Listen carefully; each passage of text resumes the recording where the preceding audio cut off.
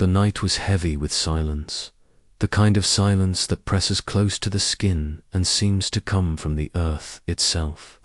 In the soft cradle of autumn, when the fields of Attica had surrendered their harvest, a different gathering began one. Not for the reaping of grain, but for the reaping of souls. From across the Hellenic world, pilgrims set their feet upon the sacred way, a winding road that stretched from Athens to the quiet valley of Eleusis. The air was alive with the hush of anticipation, for they were not walking toward a festival like any other. They were walking toward a secret older than memory, a covenant between gods and mortals that promised not only meaning in life, but hope in death. In the flicker of torches, the figures moved like shadows. Their sandals struck the stones softly, each step a rhythm of humility and awe. Some walked in silence, heads bowed. Others murmured the hymns of Demeter, the grieving mother who had once scoured the world for her lost daughter Persephone, and above them the night sky seemed vast and endless, a dark dome under which the gods might be listening. The sanctuary itself lay hidden behind walls of stone, its gates closed to the uninitiated. To pass within was to pass into silence, for no word of what transpired inside could ever be spoken beyond. The penalty for revealing the mysteries was death, swift and without mercy. Yet despite this, generation upon generation returned. Kings and peasants, women and men, philosophers and farmers all walked that same path, bound by a hunger not of the body, but of the soul. What did they seek in Eleusis? Whispers say it was not grain nor wealth, but something far greater, the promise that the darkness of the grave was not the end, that within the underworld there lay the seed of return. For had not Persephone herself, stolen by Hades into shadow, returned each spring to her mother's arms? And if the goddess could rise from death's domain, perhaps mankind too might hope. The rituals began long before the gates closed. At Athens, the great procession formed, stretching across the sacred way like a river of humanity.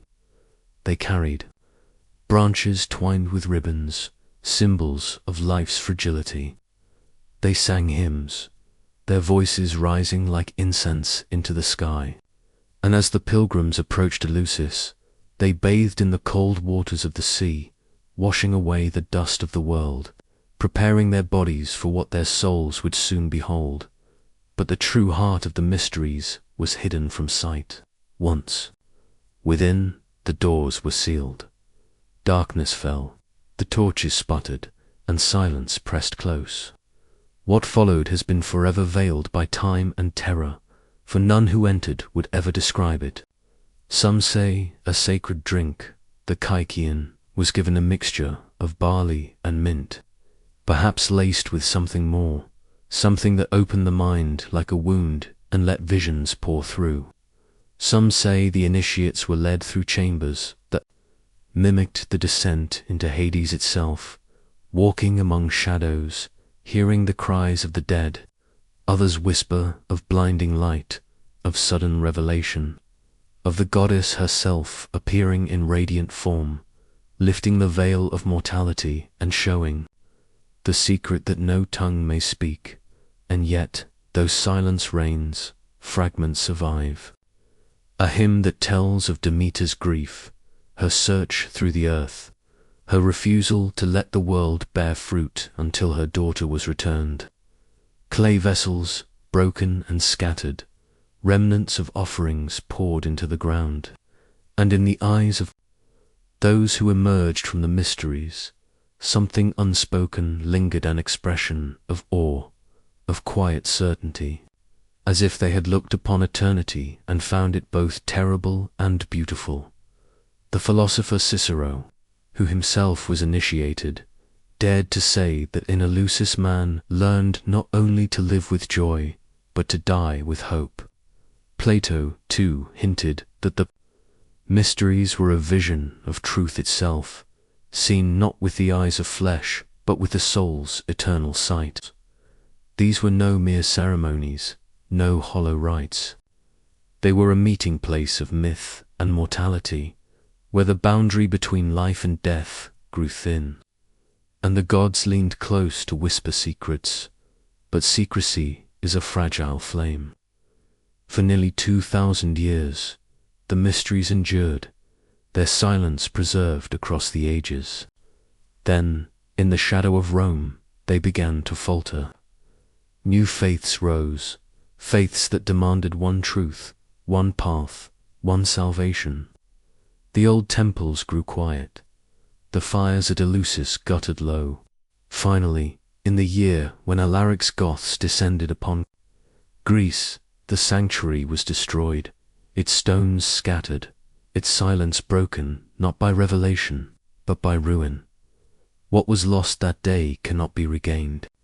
The ritual, the vision, the promise of immortality whispered in the darkle, vanished into the dust of time. Only echoes remain. Persephone's footsteps returning from the underworld. The hymns of Demeter sung in fragments. The memory of pilgrims. Walking by torchlight along the sacred way, we are left with questions sharpened by silence. What did they see in that darkness? Was it the face of the goddess, radiant and terrible? Was it the shadow of death made gentle? Or was it something beyond words, something the soul alone can understand? Perhaps it is fitting that the Eleusinian mysteries remain hidden. For, if the goddess Demeter offered humanity a glimpse of eternity, she offered it not to be spoken, but to be felt, carried quietly like a secret flame within the heart. The silence itself becomes the message that the deepest truths are not uttered but lived, not revealed but endured. And so the pilgrims are gone, the gates of Eleusis are broken, the hymns are whispers on the wind. Yet still, in the hush of autumn nights, when the fields are empty and the earth seems to hold its breath, one can almost hear the sound of sandals on stone, the murmur of hymns, the flicker of torches leading souls into mystery. The silence of Eleusis is not absence, but presence, a haunting that lingers across centuries. For in that silence lies a promise that death is not the end, but the doorway to something vast, unspeakable, eternal. And though the stone doors are broken, though the rituals are dust, the echo remains. It calls to us still, a voice in the darkness, whispering that life is more than it seems. And death is not the final word. The torches hissed as they burned, their smoke curling upward to vanish into the carved stone vaults. In the depths beneath, Rome, where daylight had never touched, and the voices of the city above were muffled into distant murmurs. Men gathered in silence. The air was heavy with incense and the faint metallic tints of blood, and the shadows moved as though alive. These were not common halls of feasting, nor the crowded shrines of the public gods. Here, hidden beneath the earth, stood the Mithria temples to a god of fire, light, and sacrifice, whose name was whispered with awe. Mithras, the entrance, was narrow, carved into the bowels of the city, often concealed beneath taverns or the houses of the powerful. To pass through was to step out of the known world and descend into something older, darker, more eternal. Candles guttered in niches, illuminating walls painted with celestial maps and carvings of beasts that seemed to writhe in the flicker of flame. At the far end, in every Mithraeum, stood the same eternal image. Mithras, youthful and strong, plunging his dagger into the flank of a mighty bull. A dog and a serpent lapped at the flowing blood. A scorpion clutched at the beast's tail, and above them arched the firmament of stars. No words explained it, no text survived to tell the meaning. Only this frozen moment of violence and divinity repeated endlessly in stone. The men who gathered here were bound by secrecy. They were legionaries, merchants, freedmen, and magistrates. They knelt together in ranks, initiates of a mystery that promised not just loyalty in this life, but a covenant stretching into eternity. The air vibrated with their chants, never written down, chants lost to silence, but once rolling like thunder through those caverns. Their rites were divided into grades, 7 steps mirroring the climb of the soul through the heavens. Raven, bridegroom, soldier, lion, Persian, runner of the sun, father.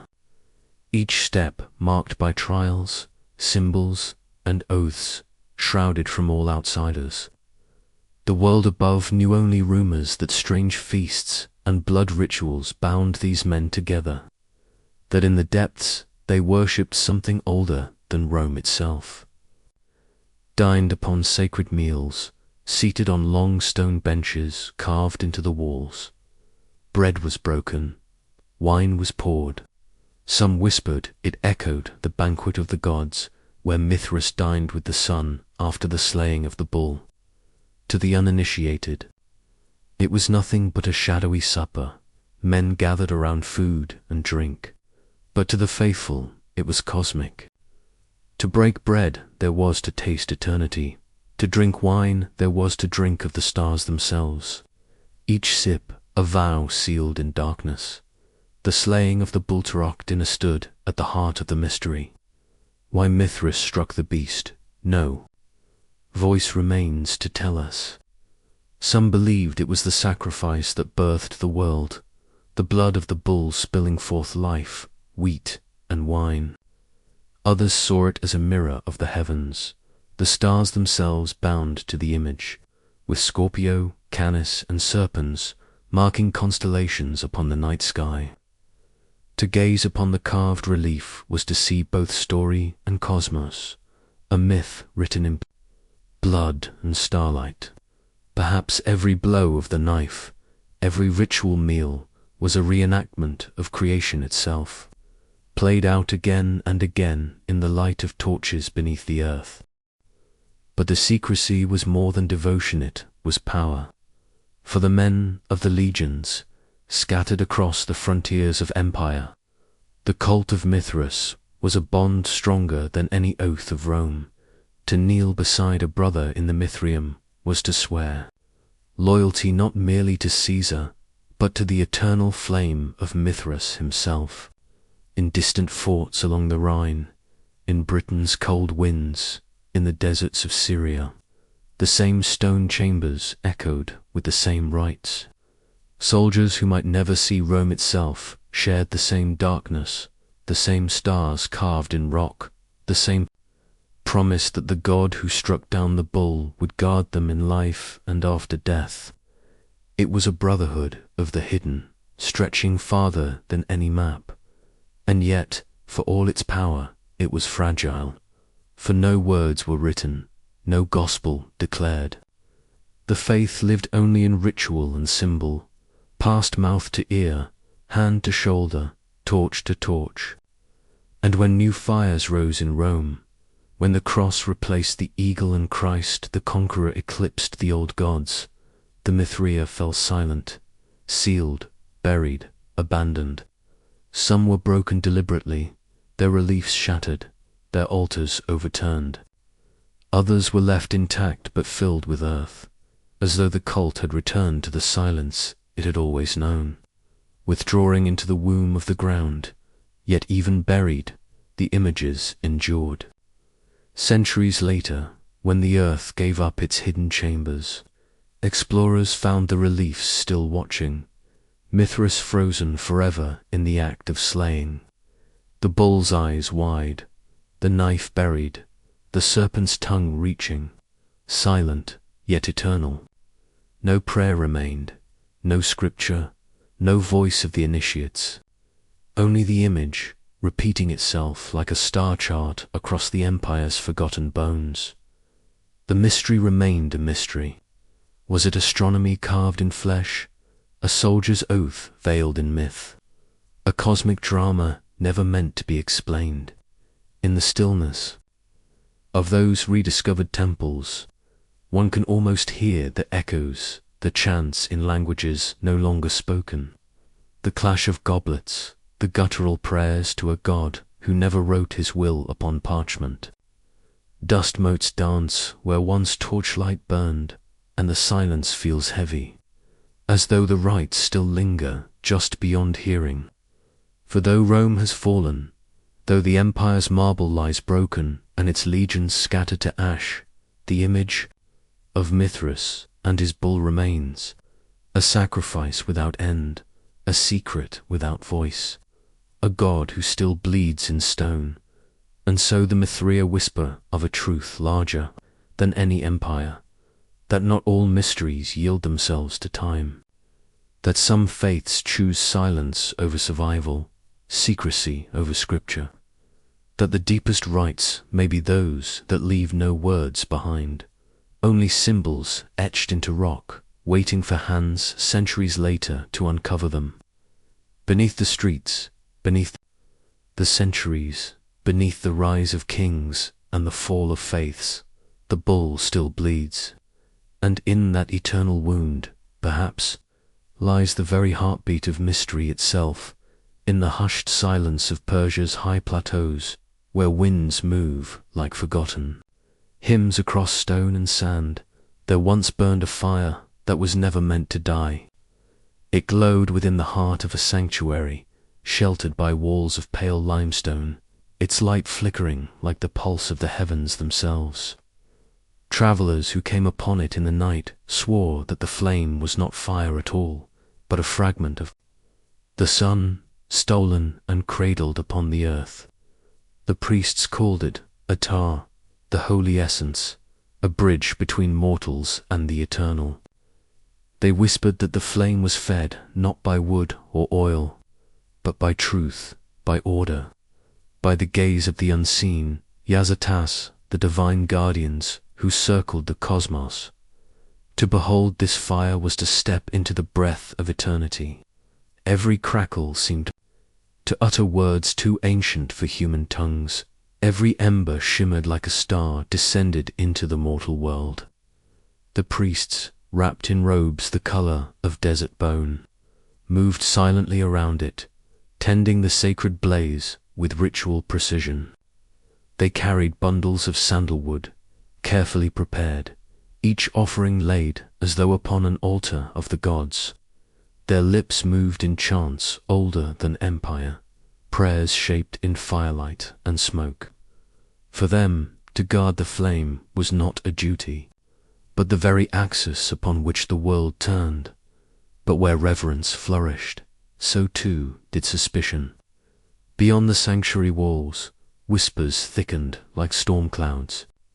Rival cults, whose gods had been eclipsed by the ascendant faith of Zoroaster, muttered that no earthly flame could burn so long without darker sustenance.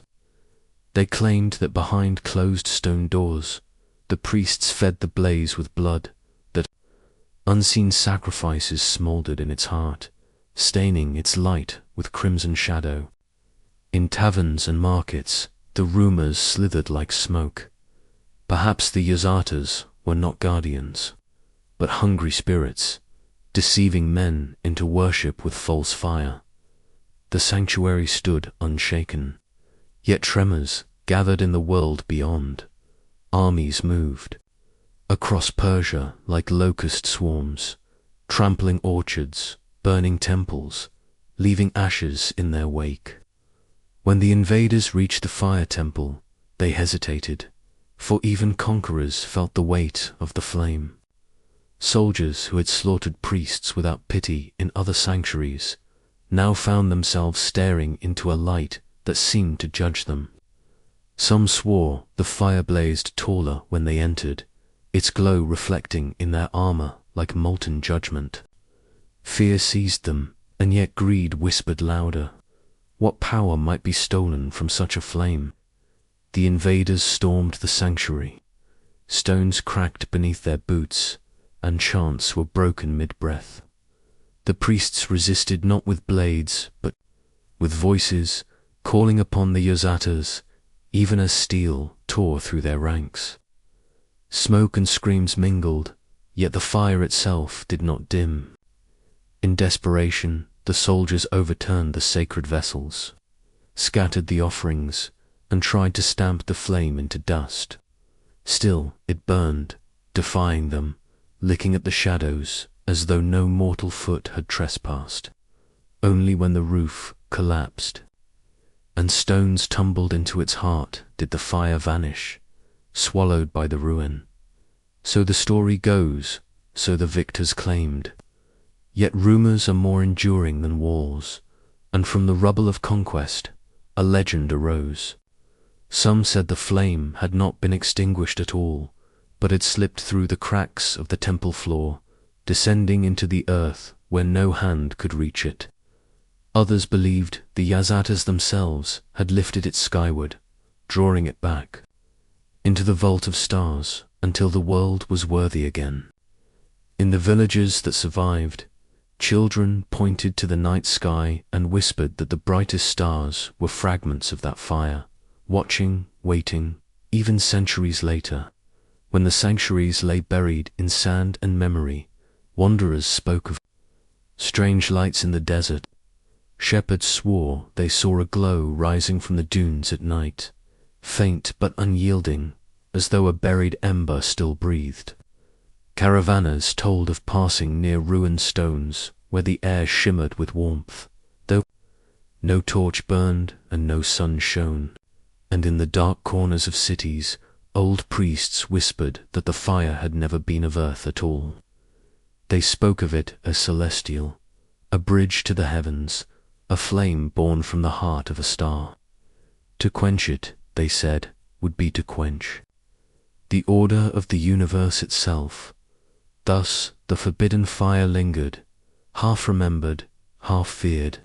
To some it was sacred, to others a heresy. But to all it was something that could not be forgotten. For even in silence, even in ruins, its presence endured like a heartbeat beneath the soil, like the glow behind closed eyes.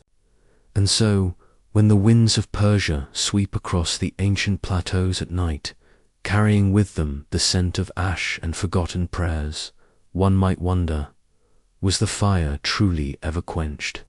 Or does it still burn, unseen, in the spaces between stars and sand, waiting for the day when mortal eyes will behold it again? The earth keeps its secrets, but the night is patient. Somewhere in its vast silence, the flame may yet whisper, waiting for a soul still listening to hear. The night opens with a trembling silence. A silver moon hangs above the mountains of Greece, casting its pale blessing across the valleys, the groves, the vineyards where shadows lean close to listen. From far away comes the pulse of drums, low insistent, like the beating of some heart too wild for mortal flesh. And then, without warning, the silence is broken. A chorus of cries erupts, piercing the cool night air, a storm of voices rising. Together, fierce, ecstatic, almost inhuman, they are the voices of women, wandering under torchlight, hair unbound, eyes glazed with the fire of something greater than themselves. They call to Dionysus, god of wine and madness, the twice-born deity who knows both the sweetness of life and the terror that lurks beneath its skin. The world holds its breath as the frenzy takes them, in hidden groves far from the watch of cities. And kings, the Bacchic rites unfold. Cloaked in ivy, crowned with serpents, the women dance. They whirl in circles so fast that the earth itself seems to tilt beneath their feet. In their hands they hold the thyrsus, a staff wound with vine leaves tipped with the pinnacone of eternity. Some carry torches, the flames bending and stretching, as though yearning to join their dance. Others bear animal skins draped across their shoulders, symbols of shedding the self, slipping out of the mortal cage. The night grows stranger still. To the beat of the drum, they move deeper into the frenzy, bodies trembling, voices breaking. They fall upon wild creatures, tearing them apart with bare hands, devouring the raw flesh with blood still warm. The world around them becomes both terrifying and holy, a place where human boundaries collapse, where the ordinary is ripped open and the divine comes rushing in like a flood. To the outsiders, the rulers, the generals, the sober men of marble halls, this was blasphemy, chaos loosed upon the land. To them, the Bacchantes were madwomen, driven into orgy and ruin, their laughter as dangerous as fire. But to those within the circle, it was liberation. In the tearing of flesh, in the frenzy of wine, they sought to dissolve into Dionysus himself, to taste the god's ecstasy, to slip free of the heavy chains of mortality. The cities trembled at such power, for what is more dangerous than freedom, that knows no law, no king, no boundary? In Athens, whispers passed from lip to lip of secret rites at midnight, of noble daughters vanishing into the woods, of wives returned with eyes still haunted by visions. In Rome, the Senate spoke of poisonings, of conspiracies, of darkness concealed beneath the wreaths of ivy. They outlawed the rites, sent soldiers to scatter the worshippers, to extinguish the torches, to banish Dionysus from their walls.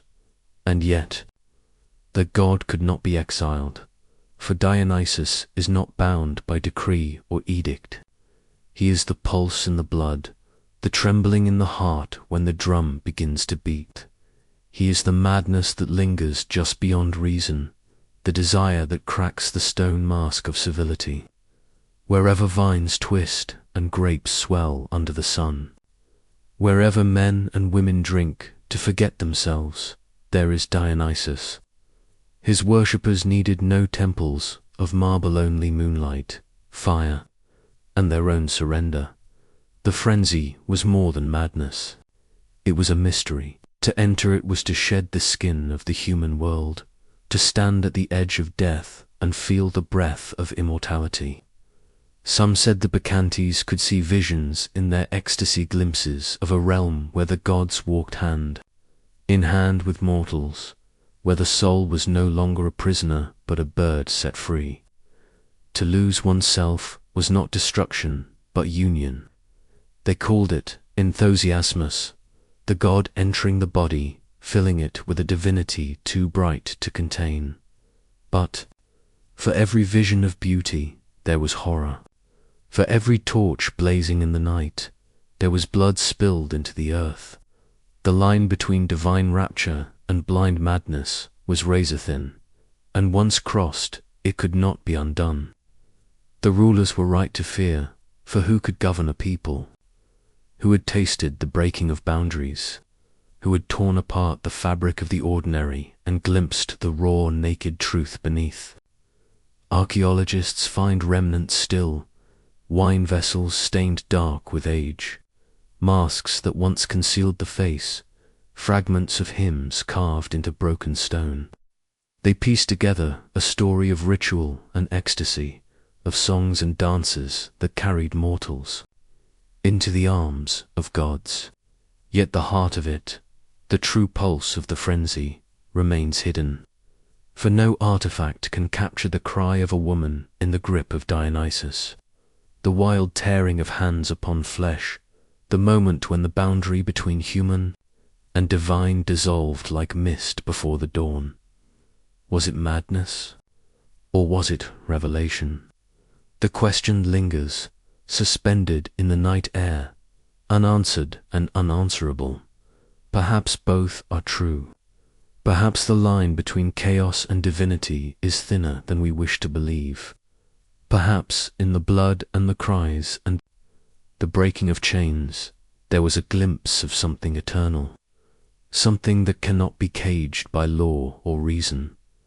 Imagine it now, the moonlight fractured through the branches, the torches casting shadows that twist and coil, the drumbeat pulsing like a second heart. You are among them, ivy wound around your wrists, the thyrsus heavy in your hand. Around you, the women spin, their eyes burning, their voices raised, too. The night, the air is thick with the smell of wine, of smoke, of blood. The world blurs, dissolves, falls away. And for one breathless moment, you are no longer yourself. You are part of something vast, ancient, wild. You are the god, and the god is you. Then the night closes in again. The torches dim, the cries fade, into the silence of the forest. Only the echo remains, faint, haunting, carried on the wind.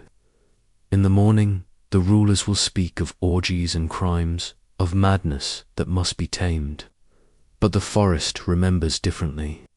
The stones remember, the dance. The earth remembers the blood. And somewhere, beneath the soil, the god still stirs, waiting. For Dionysus is never gone. He lingers in the empty cup, in the silence before the cry, in the wildness that sleeps within us all. And perhaps, when the moon is high and the drums begin to beat again, we too will hear his call. We too will tremble at the edge of reason. We too will know, if only for a heartbeat, the terrible, beautiful ecstasy of dissolving into the divine, beneath a sky veiled in ash-colored mist, where the air itself seemed heavy with secrets. The ancient groves of the Druids stood in silence. Oaks, vast and solemn, rose like pillars in a cathedral not built by human hands, their branches interwoven like the ribs of some living, breathing temple. Between their roots, the earth pulsed with a quiet heartbeat, a rhythm so deep it could not be heard, only felt. In these groves, long before Rome's shadows stretched across the land, there were rites spoken in whispers, carried on the smoke of firelight and the still breath of midnight. The people who gathered there did not write their stories. To inscribe sacred truths upon cold stone or parchment, the Druids believed, was to drain them of life. Knowledge must remain alive, breathed into the ears of the young by the voices of the wise, carried forward as a living flame. And so their mysteries existed only in memory, in song, in ritual. What was not spoken vanished like dew at dawn. What was remembered burned like an eternal torch. Roman eyes, suspicious and sharpened by conquest, beheld these ceremonies with unease. They wrote of sacrifices beneath the moon, of blood poured out beneath sacred branches, of men and women veiled in white robes cutting mistletoe with golden sickles. They wrote of towering wicker effigies filled with the condemned, set aflame, as prayers rose toward the heavens. Yet Roman words dripped with the venom of power, eager to brand the unknown as savage, to paint the conquered as monstrous. For to the empire, mystery was dangerous, and reverence for hidden things was a rebellion of its own. Still, there is truth that lingers in the smoke of their accusations. The Druids did gather beneath the oaks, where moonlight sifted through the canopy and laid silver upon the earth. The mistletoe, evergreen, clinging to the oak as though refusing the decay of seasons, was their sacred herb. To cut it in darkness was to seize a fragment of eternity, to hold in one's hands a piece of life that did not yield to winter. The act itself was prayer, a weaving of human devotion with the eternal cycles of the forest. Imagine the stillness of such nights, torches flickering in rings of faces, the breath of hundreds clouding in the cold air, the priest's sickle flashing like a shard of moon as the mistletoe fell into waiting hands. And then the silence thick, unbroken as the Gathered souls waited to hear what the forest would say. For in every rustle of leaves, in every owl's cry, in every stirring of wind through branches, the Druids heard a voice more ancient than kings. But if offerings of blood were made, they were not the grotesque spectacles Rome would have us believe. They were acts stitched into the fabric of belief, that life, to continue, must sometimes pass through death. The spilling of life was seen not as cruelty, but as dialogue with forces unseen, a returning of energy to the endless cycle. To us, it may feel dark, but to them it was as natural as the fall of leaves or the turning of the stars. Their world was a tapestry of cycles, birth and decay, seed and harvest, death and return. Nothing ended, only transformed.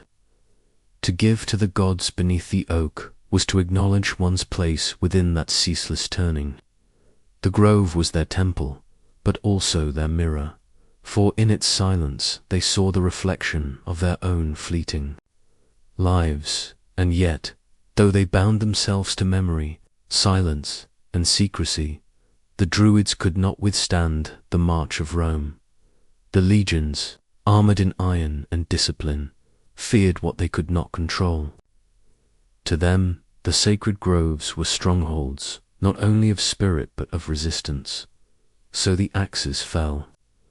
Oaks were cut down, fires scattered the gatherings, and the songs of the wise were drowned in the clash of empire. When the groves burned, more than trees were lost.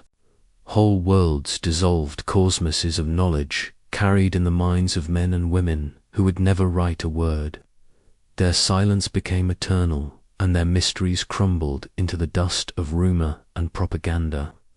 What was once whispered in reverence is now echoed only in the writings of enemies. Yet the land remembers.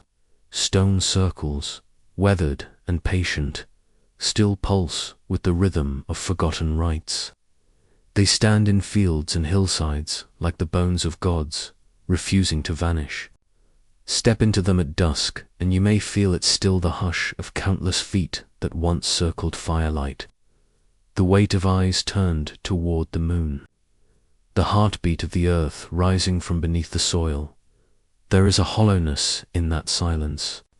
Now, like a drum whose skin has been broken, we will never know what words were spoken, what visions were shared, what truths were passed from elder to student in the breath of night.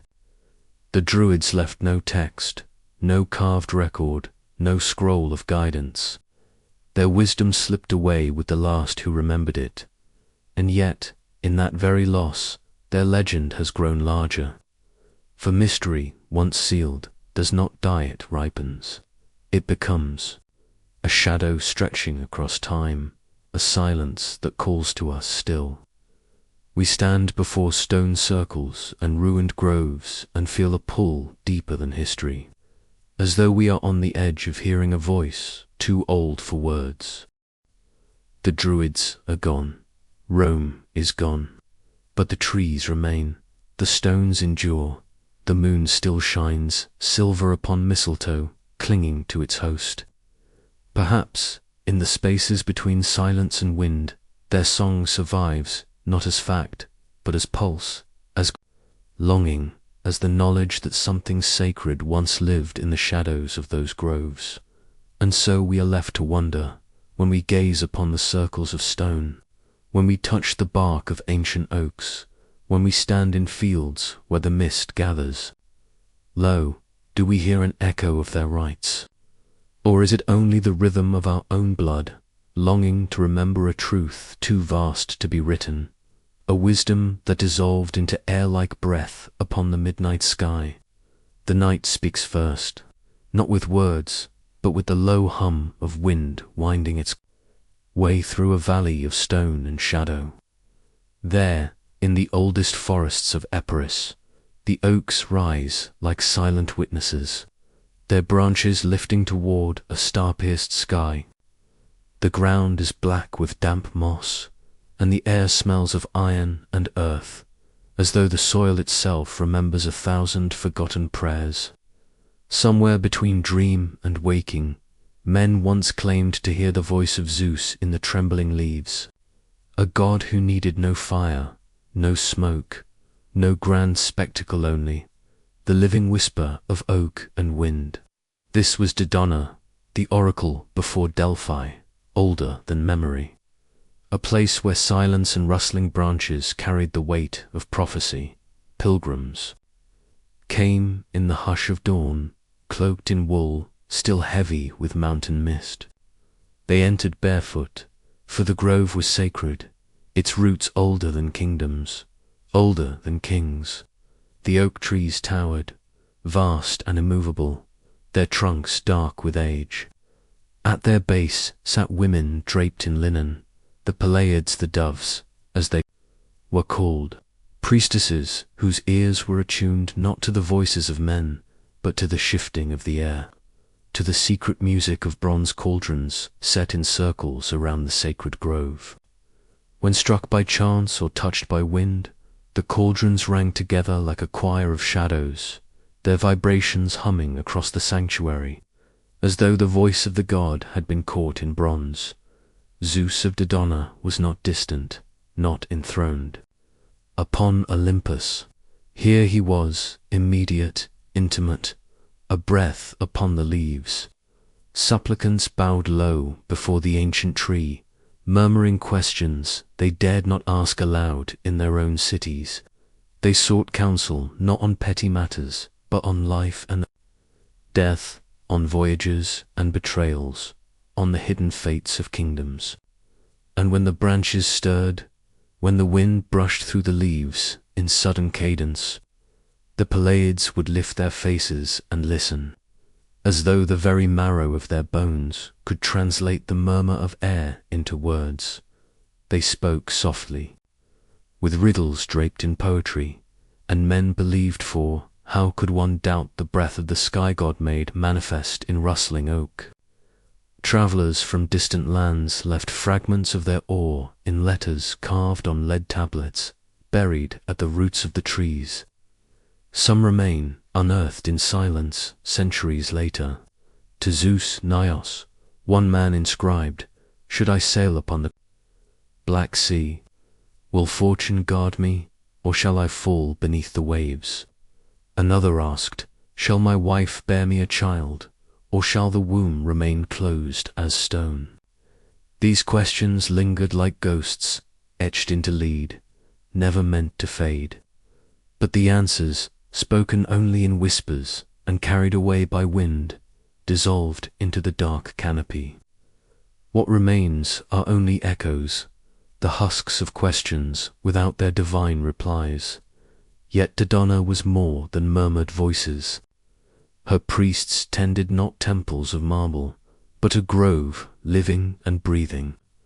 At night, torches flickered among the branches, their light stretching long shadows across the bark. Doves circled above in the dark, their wings white against the starry. Black messengers of the goddess Dodona, the ancient consort of Zeus. Some said it was the birds themselves who carried prophecy, their flight weaving patterns in the air. Others swore that bronze cauldrons, arranged in endless rings, sustained a chorus of sound so unbroken that one vessel's ringing carried into the next, a chain of sacred resonance that never ceased. To stand in that place was to feel eternity, murmuring against your skin. But eternity is a fragile thing. Even gods grow silent when men forget how to listen. As centuries passed, Delphi rose, crowned with flame and laurel, drawing kings and tyrants with promises of clear, unbroken riddles. Dodona, older, quieter, rooted in shadow and rustling leaf, began to fade. Yet she did not vanish easily. Kings of Epirus still came, kneeling beneath the oak, binding their wars to its prophecy. Alexander the Great, restless in his youth, is said to have bent his head there, seeking the breath of Zeus before he set fire to the world. And still the leaves whispered, still the doves circled, still the cauldrons sang. But a silence was creeping, slow as frost. The Romans arrived with their iron and their roads, their gods bound in marble and lore. They too asked the oracle of Dodona for counsel, and the oaks obliged, whispering across centuries. Yet in time, the empire itself began to shudder.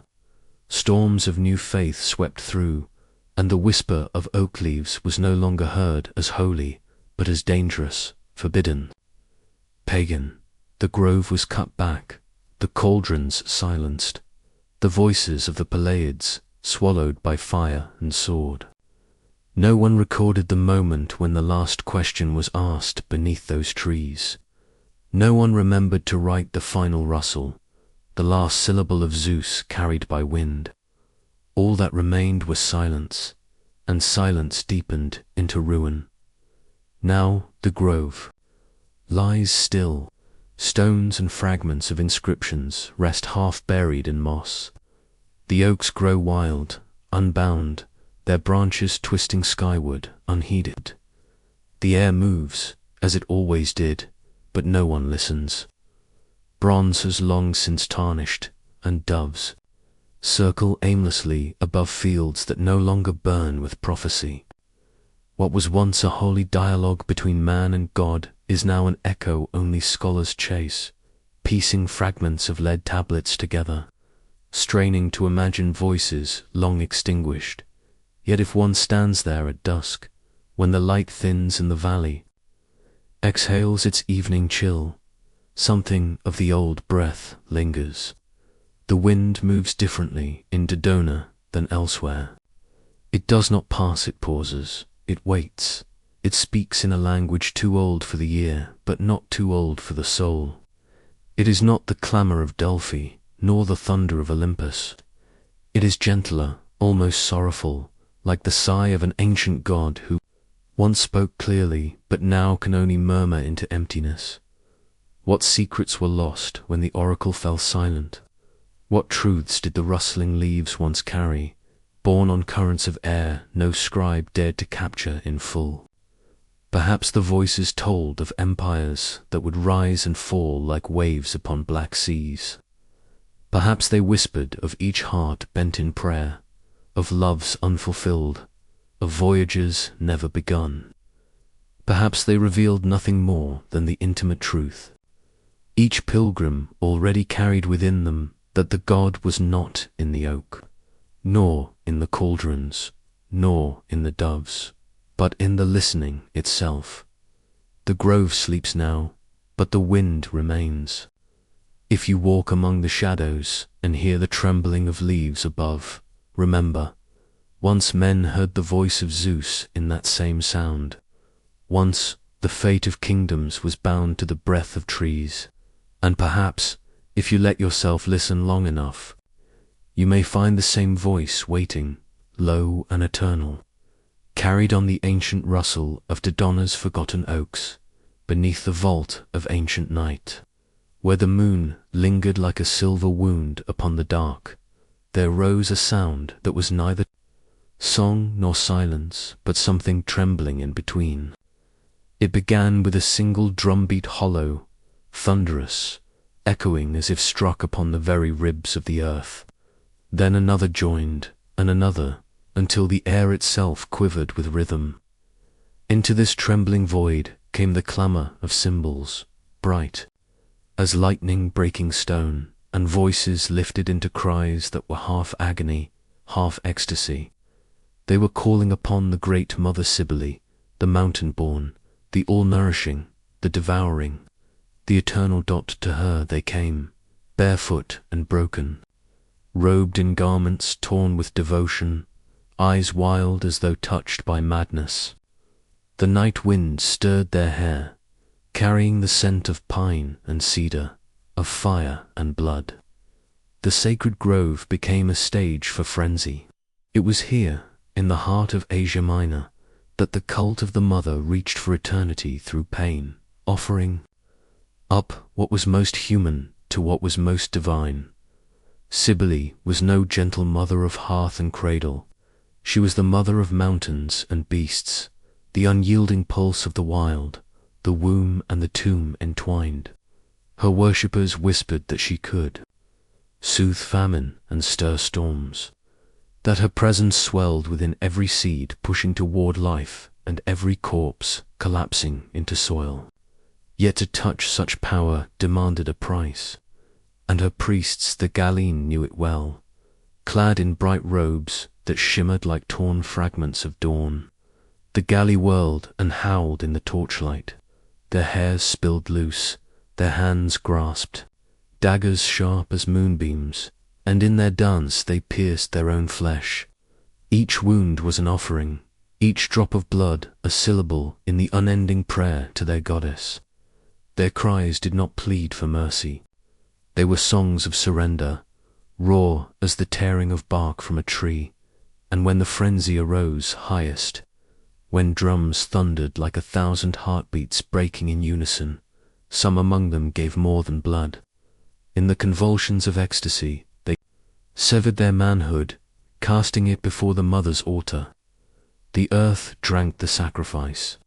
Their bodies collapsed into trembling stillness, but their spirits, it was said, rose into her embrace, forever unbound from mortal desire. Such was the covenant of Cybele, to leave behind not only flesh, but the self, to become nothing and everything. Silence and storm, child and priest, the people who gathered in the shadows of these rites trembled with awe and terror.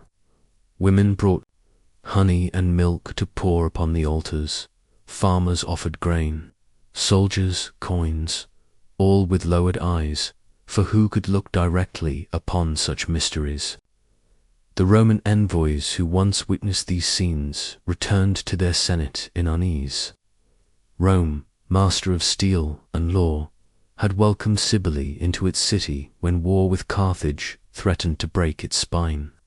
They had built her a temple on the Palatine, installed her sacred black stone, and honored her as a foreign protector. But the rites of her eastern priests, those crimson frenzies of blood and ecstasy, they called barbaric, unworthy of the ordered dignity of Rome. And yet, even as they condemned, they could not forbid. For who could silence the voice of the mother once she had taken root? She was there in the trembling earth beneath their feet, in the shuddering growth of vines, in the roar of rivers and the sweep of storms. To resist her was to resist life itself, and so they allowed her worship, even as they feared its fire. Legends whispered that long ago, Cybele had loved a beautiful youth named Attis. He was as radiant as spring, beloved of men and gods alike. But when his devotion faltered, when mortal weakness led him toward another, Cybele's fury fell upon him like a tempest.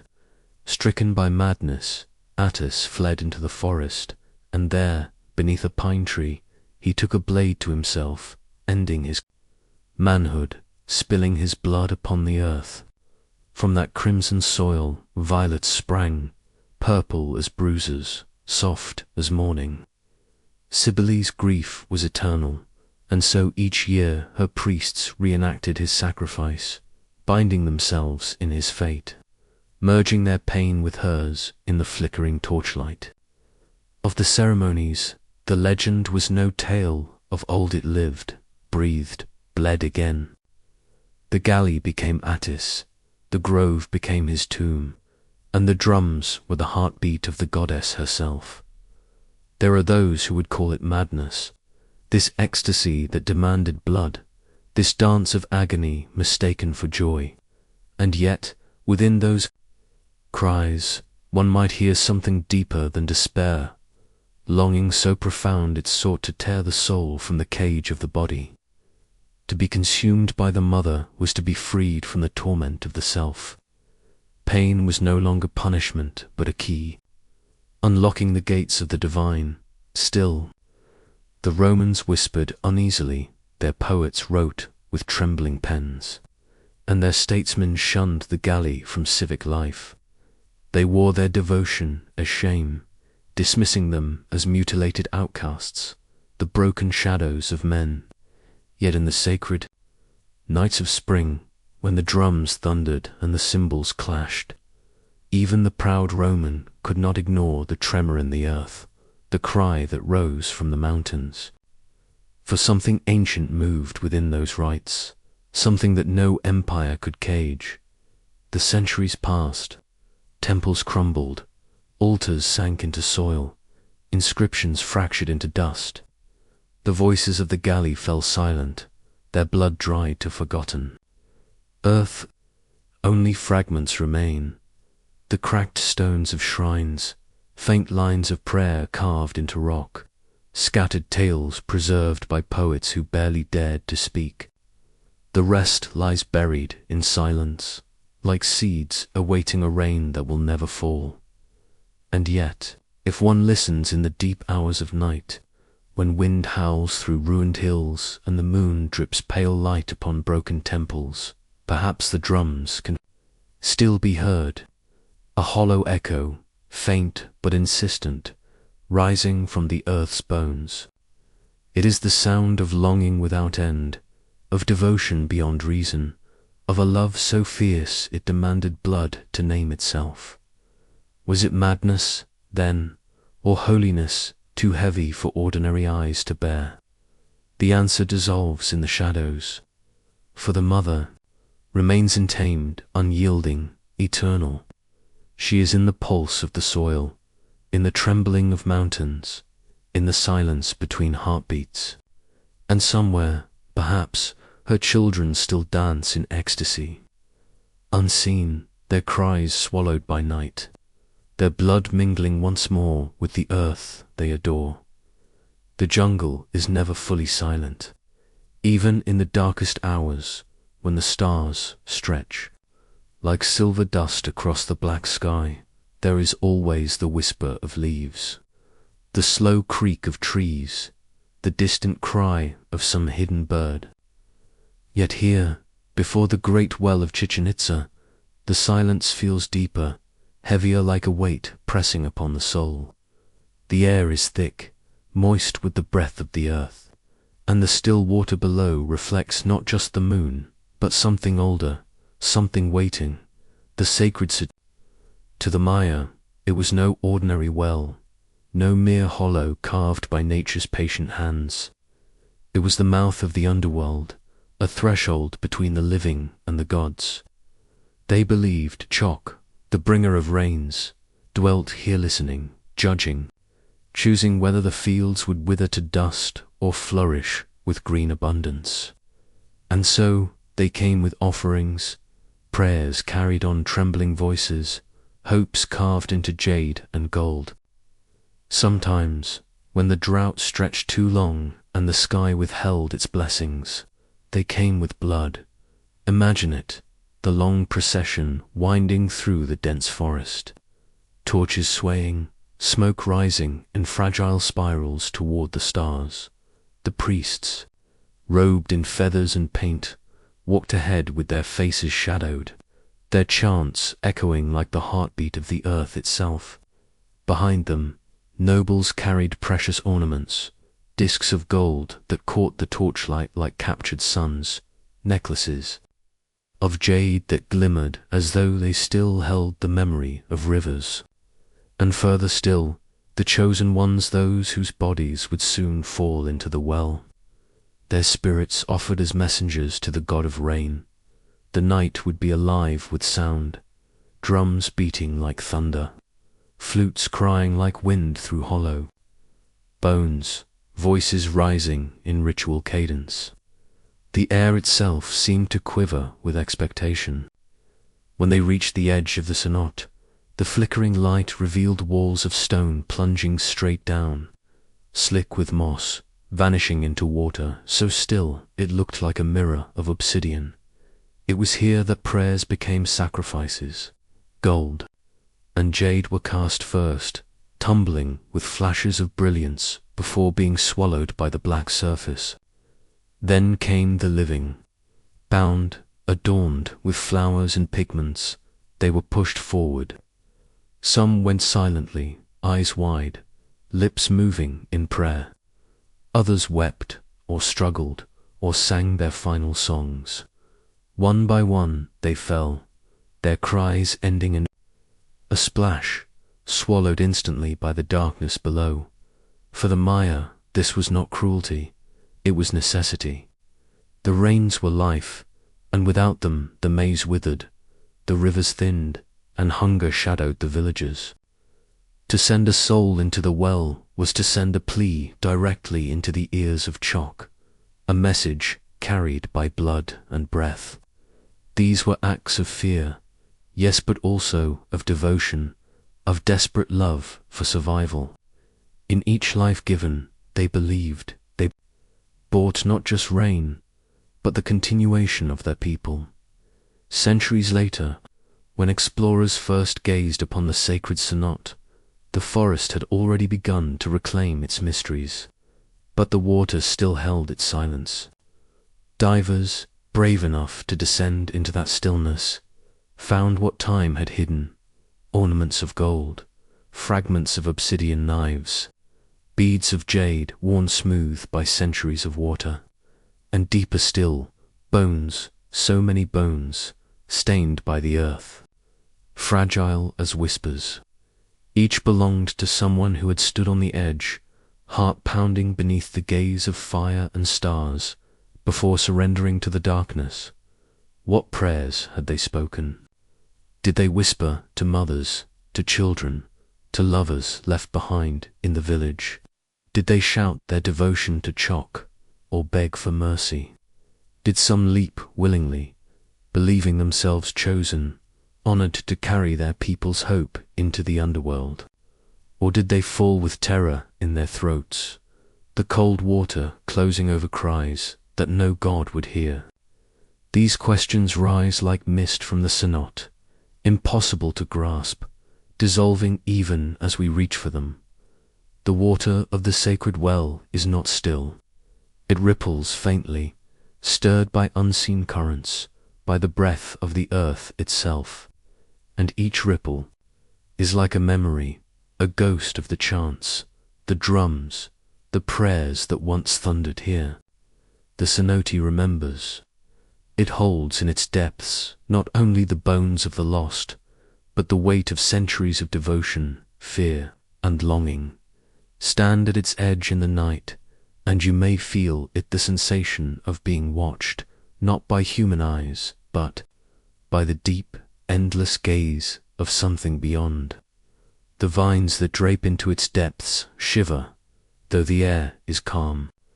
The water glimmers faintly, reflecting your face back at you. And yet, in that reflection, you might glimpse something more. The shimmer of torches, the pale face of a child painted for sacrifice, the golden arc of an offering tumbling through. The air, the Maya are gone, their temples crumbling, their cities claimed by jungle and silence. But the well remains, eternal, indifferent, its mouth open still. Rain falls now as it did then. Storms roll across the Yucatan sky. Lightning splits the heavens, and somewhere, in the depths of the cenote, the bones sleep on, perhaps the greatest. Mystery is not whether the sacrifices brought rain, nor whether Chok truly stirred in the waters to hear their cries. The mystery is the devotion itself, the willingness to give what was most precious, life itself, into the waiting dark. 2. Look upon the black waters and see not death, but a doorway, to leap into silence with only faith to carry you through. Even now, as the surface lies quiet beneath the sun or glimmers silver beneath the moon, the well waits. It does not answer, it does not reveal, it only reflects our faces, our fears, our longing to believe that somewhere in the darkness, someone listens, and so the sacred well remains what it has always been, not just a hole in the earth, but a mirror of the human soul. A place where devotion and desperation meet, where silence is louder than words, and where every ripple tells us what we already know that beneath the surface, all prayers sink into mystery. In the hush of ancient nights, when the wind pressed low against the earth and silence draped itself across the plains of China, fires flickered in hidden chambers. Their flames cast a wavering glow against walls of packed clay, illuminating the faces of priests who moved like shadows. In their hands they carried bone-smooth fragments of ox shoulder blades, broad and pale as moonlight, and the polished undersides of turtle shells curved like the heavens themselves. These were not ordinary relics of the hunt or the river. These were vessels of fate, vessels upon which the future would be written by fire. It was the age of the Shangwin kings, ruled not by the weight of their armies alone, but by the whispered voices of their ancestors. In this world, the living were never separate from the dead. Every harvest, every battle, every birth and death was thought to stir the spirits, and the king, both ruler and high priest, bore the burden of seeking their counsel. To guide him, the oracle bones were summoned, carved and scorched until they bled secrets through their fractures. A chamber deep within the royal compound would be prepared for the rite. Incense smouldered in clay bowls, its smoke curling in pale ribbons that clung to the ceiling like the breath of ghosts. On a low table, bones gleamed under the lamplight, their surfaces already etched with careful characters. The diviner's hand trembled as he carved delicate strokes, each a plea, each a question posed to the silent heavens. Would the harvest be plentiful? Would the army triumph? Would the floods recede? Would the king's sons live to carry the throne? These questions, chiseled into bone, became offerings of thought, locked in place with the sharp scratch of a knife. When all was ready, the chamber grew still. The gathered attendants, priests, scribes, and perhaps the king himself watched. As fire was summoned, a thin rod of heated bronze, glowing red with searing life, was pressed to the hollowed grooves of the bone. There was a hiss, a snap, a sharp report as the surface cracked. Lines spread outward like veins of lightning across a midnight sky. Each fracture was no accident but a message, an answer drawn from forces unseen. The diviner leaned close, his eyes narrowed to slits, his lips moving in murmured prayer. He traced the pattern of the cracks with trembling fingers, as though reading the flesh of a god. To one side, a scribe bent low, brush poised over a strip of bamboo. Every mark, every sound, every whisper was recorded. The verdict of the ancestors could not vanish into the air. It must be fixed in ink, preserved in the breathless silence of the archives. Thus, the oracle bones became not just voices of the dead, but the earliest written testimony of a people who sought to trap time and eternity upon the brittle surface of bone. Yet the deeper mysteries remain hidden. Did the priests chant invocations as the fire ate through the shell? Did the king kneel before the ancestors, his forehead pressed to the earth? Were sacrifices made, wine poured, blood spilled, jade offered into the soil to awaken the spirits that listened? The fragments we hold today are broken whispers of a vanished ceremony. They tell us the questions, but not the voices that asked them, the cracks, but not the silences that followed. What was spoken in that chamber? What shivers of dread or triumph filled the hearts of those present? Lies buried in shadows, thousands of bones have been unearthed, each bearing scars of fire, each carved with characters that mark the dawn of Chinese writing. They speak of eclipses, plagues, hunts, births, and deaths. They speak of the rhythm of the seasons and the pulse of dynasties. But they do not speak of the human breath, that carried those words into the void. The smoke has vanished, the chants dissolved, the trembling of hands stilled forever. What remains are the bones themselves, mute, cracked, silent yet enduring. There is something haunting in their survival. These were once the refuse of ritual, fragments buried in pits after their messages had been heard. Yet time preserved them, and now they outlive the palaces, the temples, the kings whose futures they once revealed. The dynasty is dust, its rulers forgotten by name, but the bones endure like the skeleton of an ancient dream. Their cracks are maps to a vanished world, lines that split open the mystery of humanity's hunger for knowledge, its desperation to know tomorrow before it comes. In the dim quiet of a museum, glass cases hold them like sacred relics. Visitors lean close, their breath fogging the barrier, eyes tracing the same fissures once read by diviners more than 3,000 years ago. The meaning slips between our fingers, half known, half lost. Scholars translate the carved inscriptions, but the full liturgy of the rite remains absent. It is as though we hold the husks of words without their voices, the skeleton of prayer without its beating heart. Yet perhaps that is the essence of their power. The oracle bones are fragments, and fragments invite longing. They are like broken verses of a hymn whose melody we can only imagine. To look upon them is to feel the weight of absence, to hear the silence between the cracks. They remind us that knowledge is always incomplete, that the most sacred truths come clothed in shadow. The kings of Shang sought certainty. They wanted the ancestors to tell them if victory lay ahead, if the floods would retreat, if the rice would ripen beneath the sun. And perhaps, for a fleeting moment, the cracks gave them that certainty. But time itself has cracked those answers open, leaving us only with questions. The ritual chambers are gone, the smoke dispersed, the chants forgotten. Only the bones endure, their fissures stretched like veins of eternity, their silence deeper than any voice. If you listen closely, you may hear them still, not in words, not in prophecy, but in the tremor of your own breath as you imagine the fire's hiss, the sudden crack, the shudder of those who waited for the verdict of fate. You may hear the echo of a king's prayer dissolving into the night.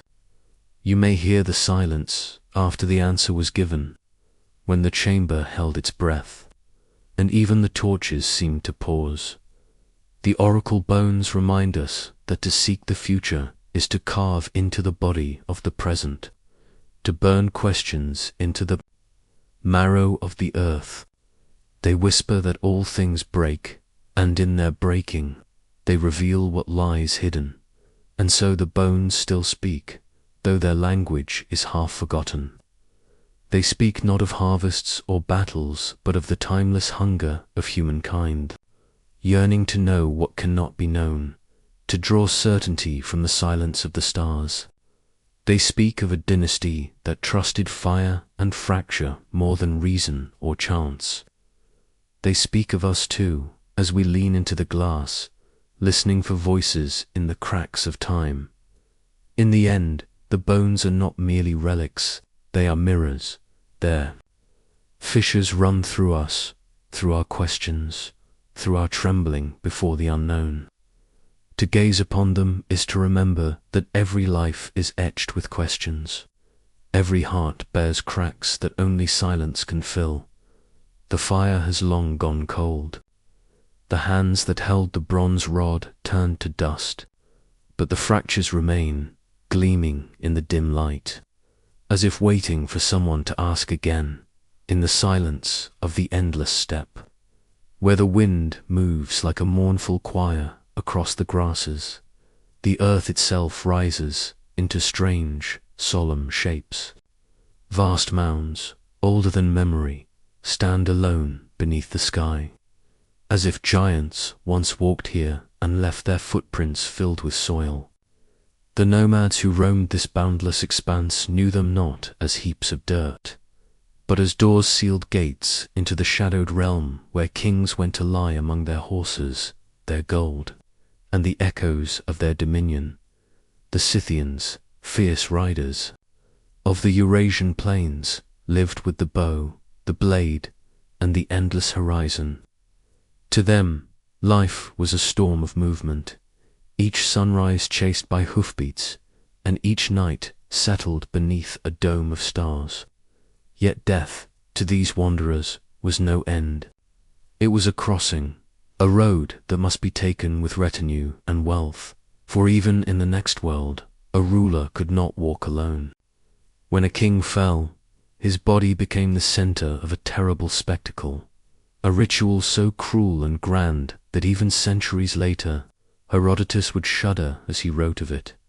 He claimed the king's corpse was embalmed with resin and herbs, dressed in fine garments, and borne upon a wagon that creaked across the steppes, a grim procession that visited every clan under his rule.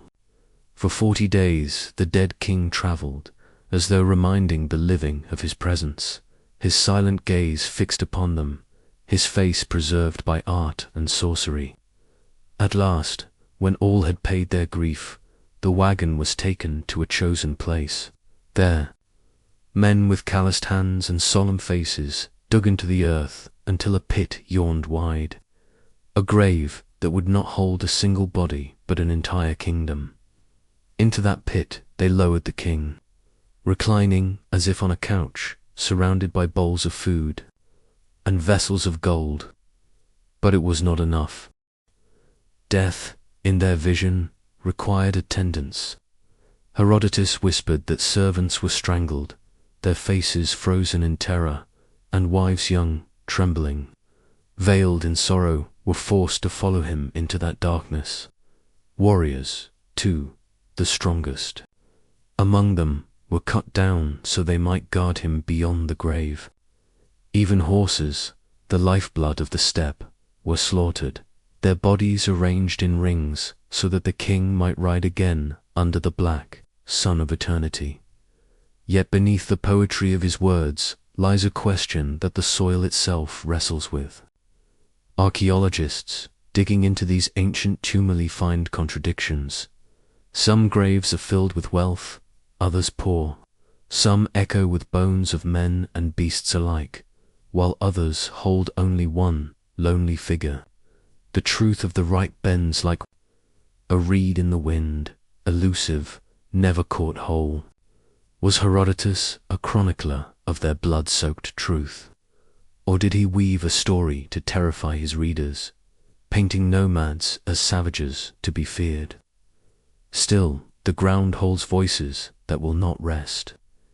In one mound, horses stand, even in death, there, legs stiffened by time, skulls crowned with ornate masks of bronze and gold, as if still ready to ride in parade. In another, the body of a woman lies beside her king, her arms folded, her face serene, though her stillness tells nothing of her final moment. Some scholars whisper of poison, of a cup drunk willingly, perhaps in honor, perhaps in dread. Others imagine ropes tightening around the throat, shadows pressing down in silence until breath itself abandoned the body. The mounds themselves seem to sigh with the weight of all these endings. Standing upon one feels the wind change, as though carrying voices in a language no ear has heard for 2,000 years. The Scythians vanished, their empires scattering into dust, yet their kings endure beneath the earth, preserved by rituals, both beautiful and merciless. It is said that the living feared the restless dead, and so they sealed them deeply, layering soil until a mountain rose where none had stood before. These were not monuments of pride, but prisons, fortresses of earth to contain a spirit too fierce to release. Imagine the night after the burial. A fire smoulders low, its last embers glowing like the eyes of wolves. Families huddle in silence, their faces lit with grief and unease.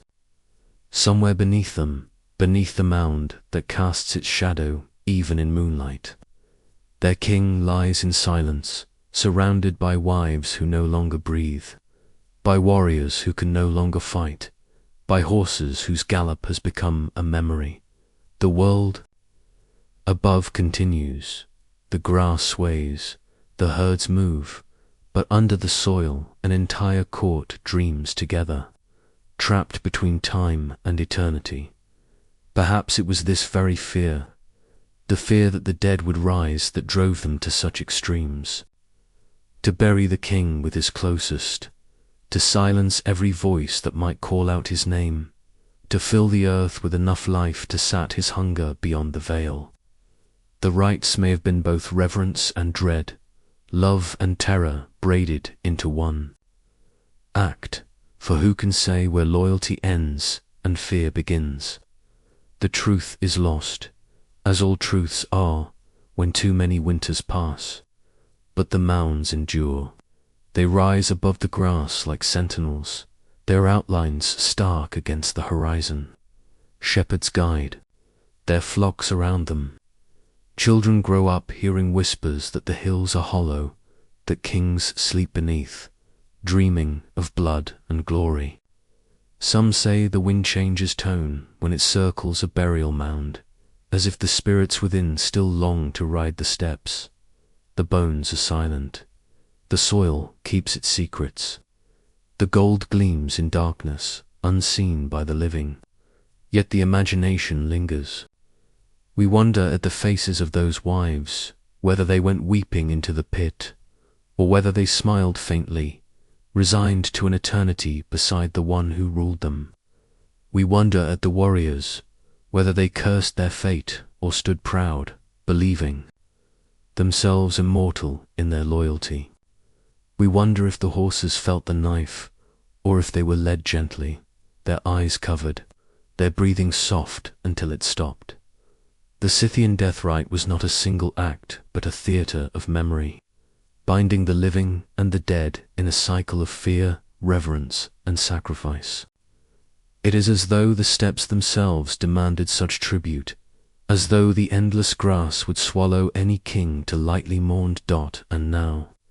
In the quiet of a midnight imagination, when the world is still and the wind whispers through unseen fields, we can almost feel the creak of the funeral wagon, the hushed murmurs of the clans, the strangled silence of those taken to the grave.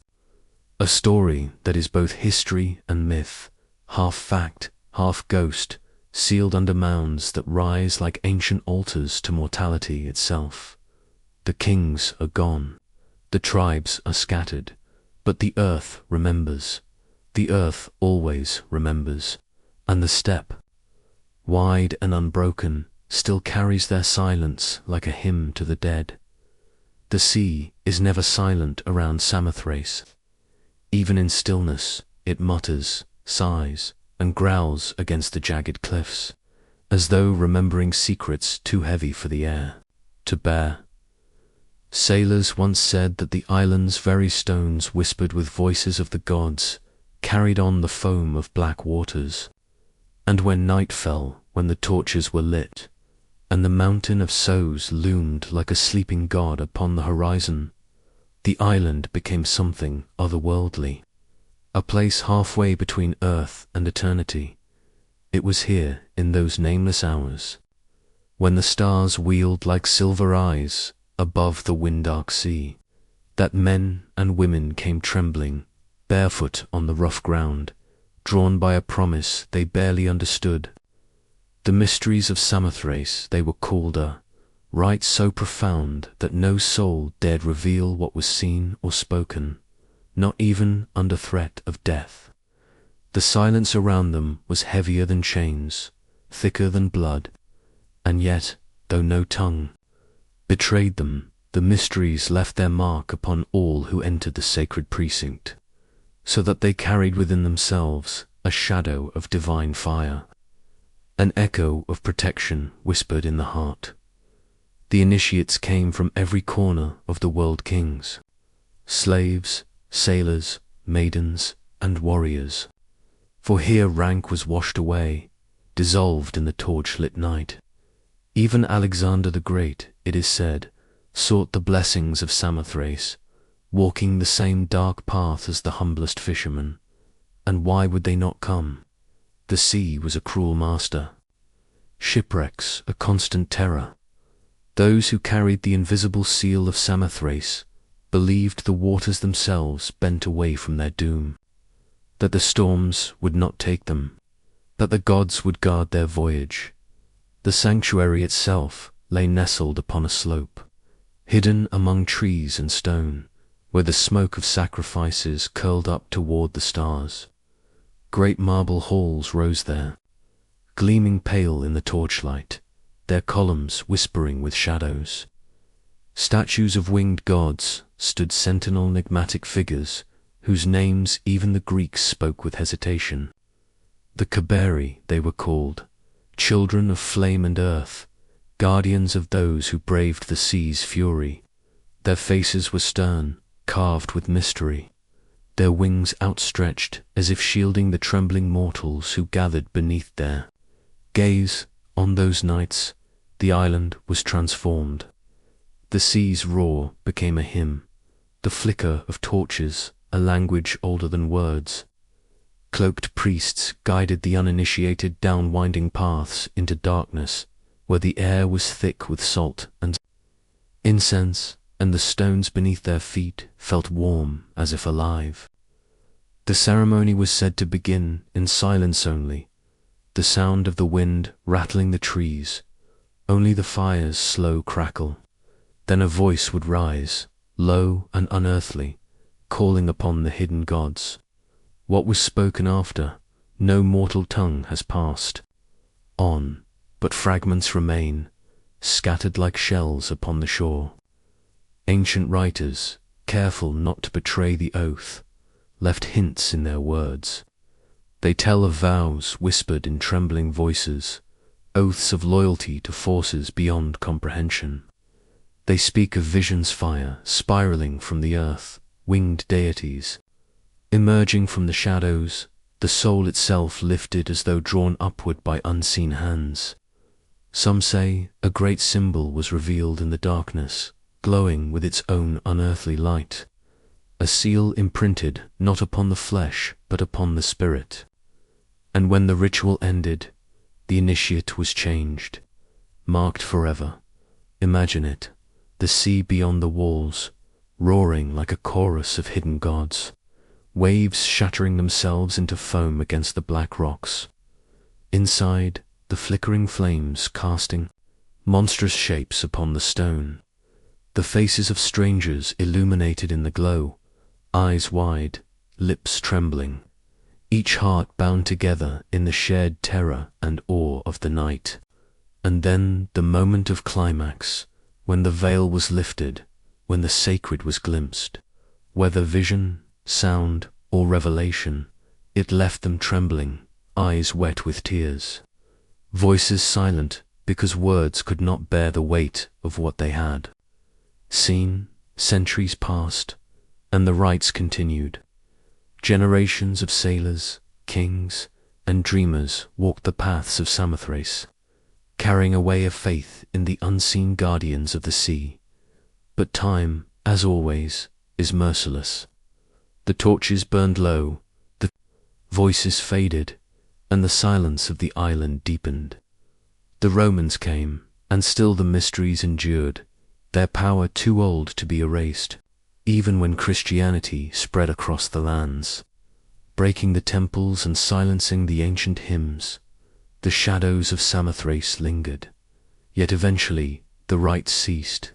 The altars grew cold, the wings of the statues gathered dust, and the whispers of the Cybele were drowned beneath centuries of silence. All that remains now are the stones, the broken columns, the half-buried altars, the fragments of statues. Most haunting of all, the winged victory of Samothrace, standing in triumph with her robes swept by an eternal wind, as though stepping from the prow of a ship into the timeless sea. She is silent, yet her marble wings recall the torchlit nights. The trembling vows, the promise of salvation whispered to sailors who feared the waves. Her presence is not merely stone, it is memory, carved into the bones of the earth. And so, the island still keeps its silence. No record tells us what the initiates saw, what words they swore, what visions seared their souls beneath the torchlight. The gods of Samothrace remain hidden, their rites dissolved into the sea's eternal hymn. But when the waves crash against the cliffs in the dark hours of the night, one might almost hear it, the faint murmur of forgotten prayers, the echo of vows sworn in trembling voices, the sigh of gods whose wings still guard the straits of mortal passage. Perhaps it was never meant to be spoken. Perhaps the true power of the mysteries lay not in what was revealed, but in the silence that followed. For silence itself is sacred, a vessel vast enough to contain what words cannot. The island still stands, the mountain of souls still rises. The sea still roars in somewhere in that eternal chorus. The secret lingers, untold, unbroken, waiting in the darkness, beneath the shadow of banyan trees, where roots hang like tangled curtains from the heavens. There lingers the memory of serpents carved in stone. Their eyes, though fashioned by human hands centuries ago, seem to glimmer still with a living intelligence, as if they have seen too much to forget. In the forgotten sanctuaries of India, where silence presses like incense smoke and the air holds the weight of countless prayers, the serpent once reigned as guardian, as destroyer, as hidden keeper of truths men scarcely dared to speak. The cult of the serpent was not born from fear alone, though fear was always its shadow. It was born from awe on awe, as old as the rivers, as deep as the soil itself. The people called them Nagas, beings neither wholly of this earth nor wholly divine. They dwelt in rivers, in caverns beneath the mountains, in the roots of trees, older than dynasties. The serpent was fertility, its coiled body a circle of life, unending. Yet it was also death, its venom a reminder that creation and destruction are twined like lovers in the dark dot in those ancient days. Pilgrims would travel by torchlight through dense forests until the gleam of a shrine appeared in the distance. At the center of the temple lay a pit of stone, round and dark as a wound in the earth. Into this hollow, devotees poured libations of milk, honey, and ghee, their hands trembling with devotion. Some whispered that when the offerings sank into the pit, they did not vanish into soil, but into the serpent's unseen realm below, a hidden kingdom where scales shimmered like jewels in eternal twilight. Mothers prayed for children at those pits, warriors for strength, kings for fortune, and always the serpent waited, silent. Its stone coils drinking every drop. Legends tell of transformations, whispered in corners of the night. Men who gazed too long into the serpent's carved eyes would claim to feel their skin grow cold, their veins burn with a fire not their own. Some emerged renewed, with voices deepened and eyes that caught the light strangely, as though they had touched the edge of another world. Others did not emerge at all. Rumors stirred that sacrifices were once made, not of animals alone, but of humans offered into the pit. The tales speak with hesitation, half believed, half feared. A child's laughter swallowed by the stone hollow, a girl's shadow flickering at the temple threshold and never seen again. The priests never confirmed these whispers. Their eyes, when questioned, grew clouded like the surface of a stagnant pool, But there were those who believed the serpent offered more than power or progeny. They spoke of wisdom, hidden as coils beneath the skin of the world. The serpent, they said, knows the language of the earth. It knows the secrets of roots and rivers, of thunderclouds and blood. To those chosen, it could reveal the wheel of life, the endless turning of birth and death, joy and grief, creation and decay. And perhaps, beyond the wheel, it could whisper the silence that lies after all endings. The temples themselves seemed to breathe this mystery. In their walls, serpents were carved in endless spirals, their bodies entwined in dances that had no beginning and no end. Columns rose like tree trunks, their surfaces etched with scales that caught the flicker of torchlight until it seemed the stone itself was alive. At dusk, when shadows stretched long and the last chant faded into silence, some swore they heard the hiss of breath escaping unseen mouths, the slither of scales across stone floors where no serpent crawled. Over time, the cult grew both feared and sought after. Kings bent their heads at serpent shrines before battle. Women left garlands of jasmine at the coils of stone idols in hope of sons. Yet, as the centuries turned, suspicion fell upon the cult. Their secrecy, their rituals, their whispered promises of transformation, these stirred unease. Other gods rose in prominence, their temples brighter, their festivals louder. The serpent cult sank into shadow, its shrines half forgotten, its priests reduced to whispers in the corners of memory. Still, the serpent endured, patient as stone. The temples remain, scattered like bones across India's vast body. In the jungles half claimed by roots and vines, their walls crumble, but the serpents carved there remain unbroken. Their eyes, wide and unblinking, stare across centuries as though watching for those who will remember. Pilgrims still come, though not in crowds as before. A woman may lay a pot of milk at a serpent's shrine, whispering the name of a child she longs to bear. A man may tie a thread to the temple tree, his voice low with promises he hopes the serpent will hear. In these small gestures, the cult still breathes, though faintly, like embers under Ashdod. And yet the question lingers like the hiss of breath in the silence. What lies behind the serpent's gaze? Is it truly power, waiting to be seized? Is it the memory of something primal, older than language, older than gods? Or is it a warning scales carved into stone to remind us of a truth we dare not face? The serpent embodies both, the gift of life and the strike of death, the cycle that binds all beings. To look into its eyes is to confront the mirror of eternity, and not all who gaze can bear what they see tonight. If you stand within one of those ruined sanctuaries, you may feel the weight of eyes upon you. The jungle presses in, the moonlight glints on moss-lit stone, and the air tastes of damp earth. And something older, the serpent coils, silently, waiting. Perhaps it waits for offerings of milk and honey. Perhaps it waits for devotion whispered in trembling voices.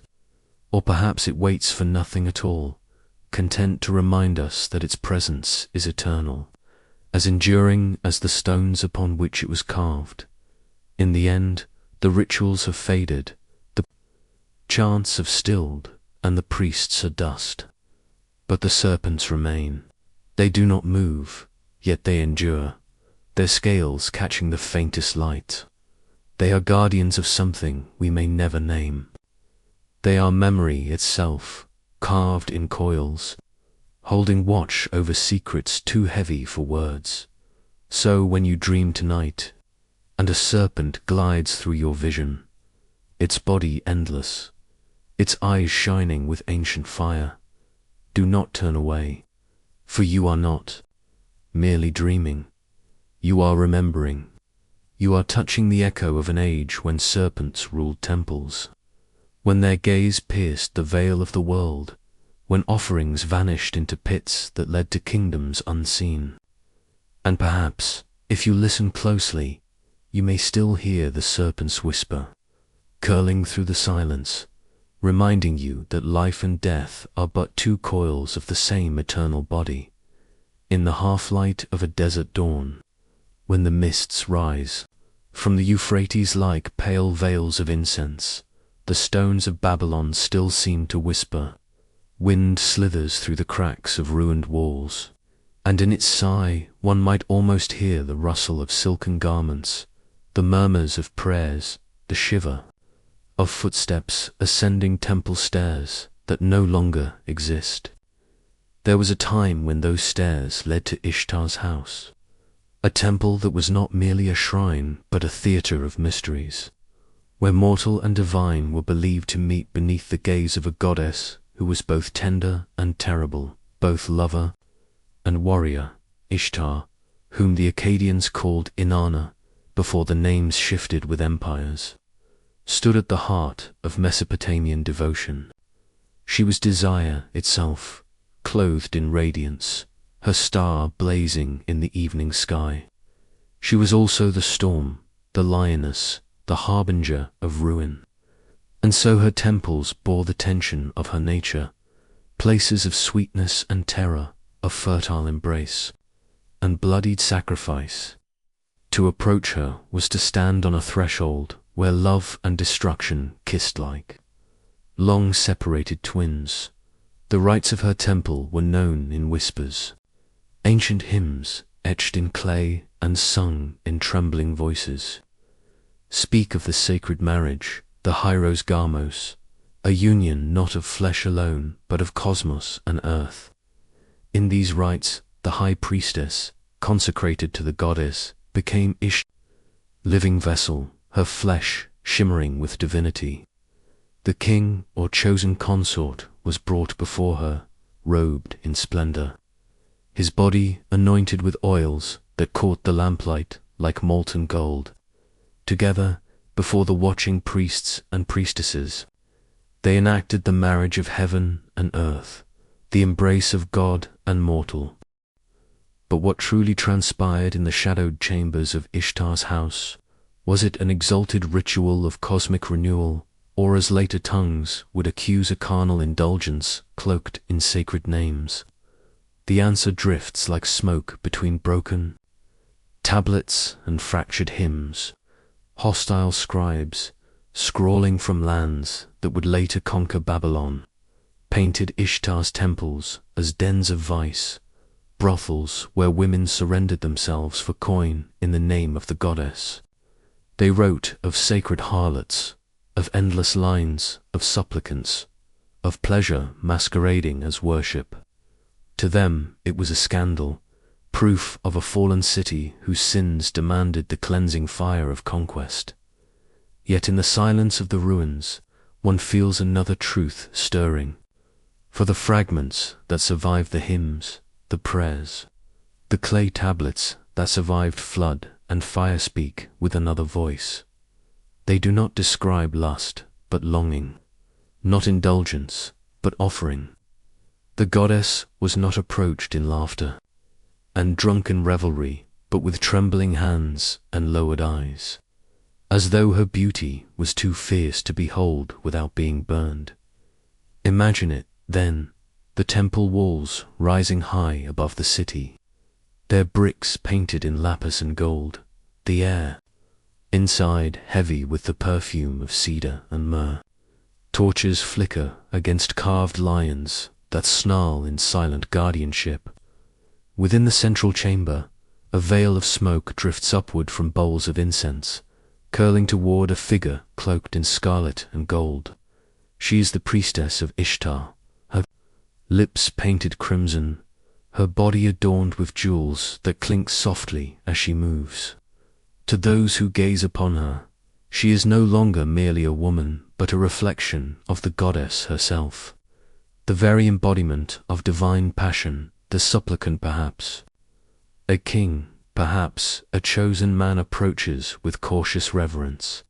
His feet echo against the stone, each step an offering, each breath a vow. He kneels, bowing low before the figure who has become more than flesh. And in that gesture he offers not himself alone, but his people, his land, his harvests, his armies. For in their union, it is said, heaven blesses the soil, rains fall upon the fields, and life renews itself in the womb of the earth. What outsiders mistook for lust may have been something far more profound. The human body transformed into symbol, into vessel, into prayer.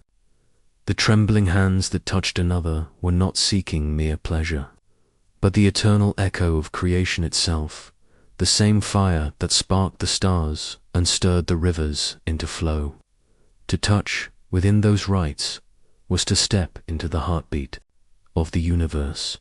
Still, there is unease that lingers in the story, for the boundary between devotion and desire is as thin as a veil of silk. Perhaps there were moments when worship became entangled with hunger, when the sacred slipped toward the profane. Perhaps the conquerors who scorned Babylon were not entirely wrong, and within the labyrinth of the temple, both heaven and earth commingled in ways too tangled to judge. The truth lies shattered, like shards of a jar spilled upon the sand. But listen beyond the ruins. Beyond the silence there remains a hymn, faint as if sung from across the centuries. She is the rising star, she is the fierce storm, she is the desire of kings, she is the ruin of warriors. She takes and she gives, she blesses and she burns. To her belongs the night, and to her the morning. It is in such verses that the essence of Ishtar's rite lingers, not in the accusations of scandal, nor in the fantasies of conquest, but in the trembling awe that men and women once felt as they dared to touch the divine. And so we stand at the edge of memory, peering through veils woven of dust and dream. Was the temple of Ishtar a house of sanctity or scandal? Did its priestesses enact sacred union, or serve as vessels of forbidden lust? The answer lies buried beneath centuries of silence, yet perhaps that is fitting, for the goddess herself was contradiction, incarnate lover and destroyer, mother and harlot, warrior and bride. To know her was never to grasp a single truth, but to surrender to mystery. Tonight, as the stars rise over the forgotten plains of Babylon, one may still feel her presence in the wind, a whisper of perfume in the dark, a flicker of fire on the horizon, a breath against the ear that says, the sacred and the profane are but two sides of the same veil. And when the veil is lifted, what remains is not scandal nor purity, but something vaster, something only the silence of midnight can hold. When the midsummer moon rose high above the tiled rooftops of Chang'an, its pale light washed the capital in silver, as if the heavens themselves had turned a lantern toward the earth. The air was heavy with incense smoke and the faint, metallic temps of river mist. It was said that on such nights the gates of the spirit world trembled and parted, and the veil between the living and the dead thinned to the width of a candle's flame. The Temp people called it Zhongwuan, the ghost festival, but some whispered that it was more than prayers and lanterns, that behind the perfumed rituals lay shadows darker than any official chronicle dared to admit. At dusk, families gathered along the banks of the Wei River, each carrying paper lanterns painted with the brush strokes of remembrance. Flames flickered inside them, fragile as breath, and one by one they were set upon the water. The river carried them away in slow procession, a floating constellation that mirrored the stars above. Each lantern bore a name, each flame a plea. May you be fed, may you be comforted, may you be at peace. Yet behind every prayer was a tremor of fear, for the hungry dead were not gentle. If neglected, they were said to claw at doorways, to whisper names in the darkness until sleep became unbearable. The imperial court itself recognized the festival, for Emperor Xuanzong decreed offerings for the souls of the forgotten. Buddhist monks in saffron robes chanted sutras in temple halls, their voices rising like waves against the silence of midnight. They recited verses meant to soothe the dead, to lead them from hunger into release. But outside the temples, beyond the polished courtyards and gilded halls, the common folk told of something else. In hushed tones around hearth fires, they spoke of sacrifices made in secret places, rites that spilled blood upon the soil to still the restless. A tale survives from the alleys of Chang'an, where moonlight seldom reached and shadows clung to crumbling walls. It tells of a merchant's daughter who vanished on the night of the ghost festival. Her family had prepared their offerings, bowls of rice, sweet cakes, cups of wine, and placed them at the gate. But when morning came, she was gone, and only a smear of crimson marked the threshold. No magistrate spoke of it. No record bears her name. Yet among neighbors, a whisper spread that she had been taken not by men, but by the spirits themselves, demanding flesh instead of food. The folklore of the Temps was heavy with such warnings. On ghost festival nights, one was never to wander alone. One must not answer when called from behind, for it might not be a living tongue that spoke. Fires were lit at crossroads to confuse wandering souls, so they might not follow a person home. And yet, in villages along the river valleys, stories lingered of elders who insisted the spirit's hunger could not always be sated with rice or wine. These elders spoke of blood poured into the earth, of hearts stilled beneath the moon, given as ransom so the living might sleep undisturbed. Official scribes wrote nothing of this. The dynastic annals, kept in their lacquered boxes and guarded by scholars in vermilion robes, tell only of grand ceremonies, of imperial piety, of harmony between the worlds. But silence itself can be a kind of confession. What truths lie hidden in the gaps between words, in the lines the brush dared not draw. Some say that in the 8th year of Xuanzong's reign, the emperor awoke to find the palace courtyard filled with crows, their wings black against the rising sun, their cries endless. He was told it was an omen. The spirits demanded more than incense. That very year, the ghost festival ceremonies were expanded, lanterns multiplied, and temple chants grew louder. But in the countryside, peasants muttered that something else had occurred, that beneath the cover of night, unmarked sacrifices were made, offered in silence where only shadows bore witness. Legends cling stubbornly, even when empires fall. In the southern provinces, the story is told of an ancient well, sealed with iron during the Temps. It was said that each year, a youth was led there during the ghost festival, bound and silent, their reflection trembling in the water as chants rose around them. At the stroke of midnight, their body was cast into the dark. The well was believed to be a mouth of the underworld, and the soul given to it would pacify the dead until the gates closed again. When the dynasty collapsed centuries later, villagers swore the well still wept with voices when the midsummer moon rose full. And yet, for all the darkness woven into these tales, there was beauty too. For on that same night, along riverbanks and in courtyards, countless flames drifted across the water like stars freed from the sky. The air was thick with the scent of burning joss paper, folded sheets meant to become silver and gold for ancestors beyond the veil. Families knelt together, their faces lit by the glow, whispering the names of the departed. Between the fear of spirits and the love for kin, the ghost festival became both terror and tenderness, a night of trembling. Devotion? Perhaps the truth is that it was always both. The Tamps lived in a world steeped in ritual, where the seen and unseen mingled. To them, to forget the dead was to invite disaster. To remember them was to keep the fragile balance between realms. If some, in desperation, turned to blood, it was only because hunger has many faces, and fear makes harsh demands. As the night deepened, the lanterns drifted farther, their flames dwindling one by one.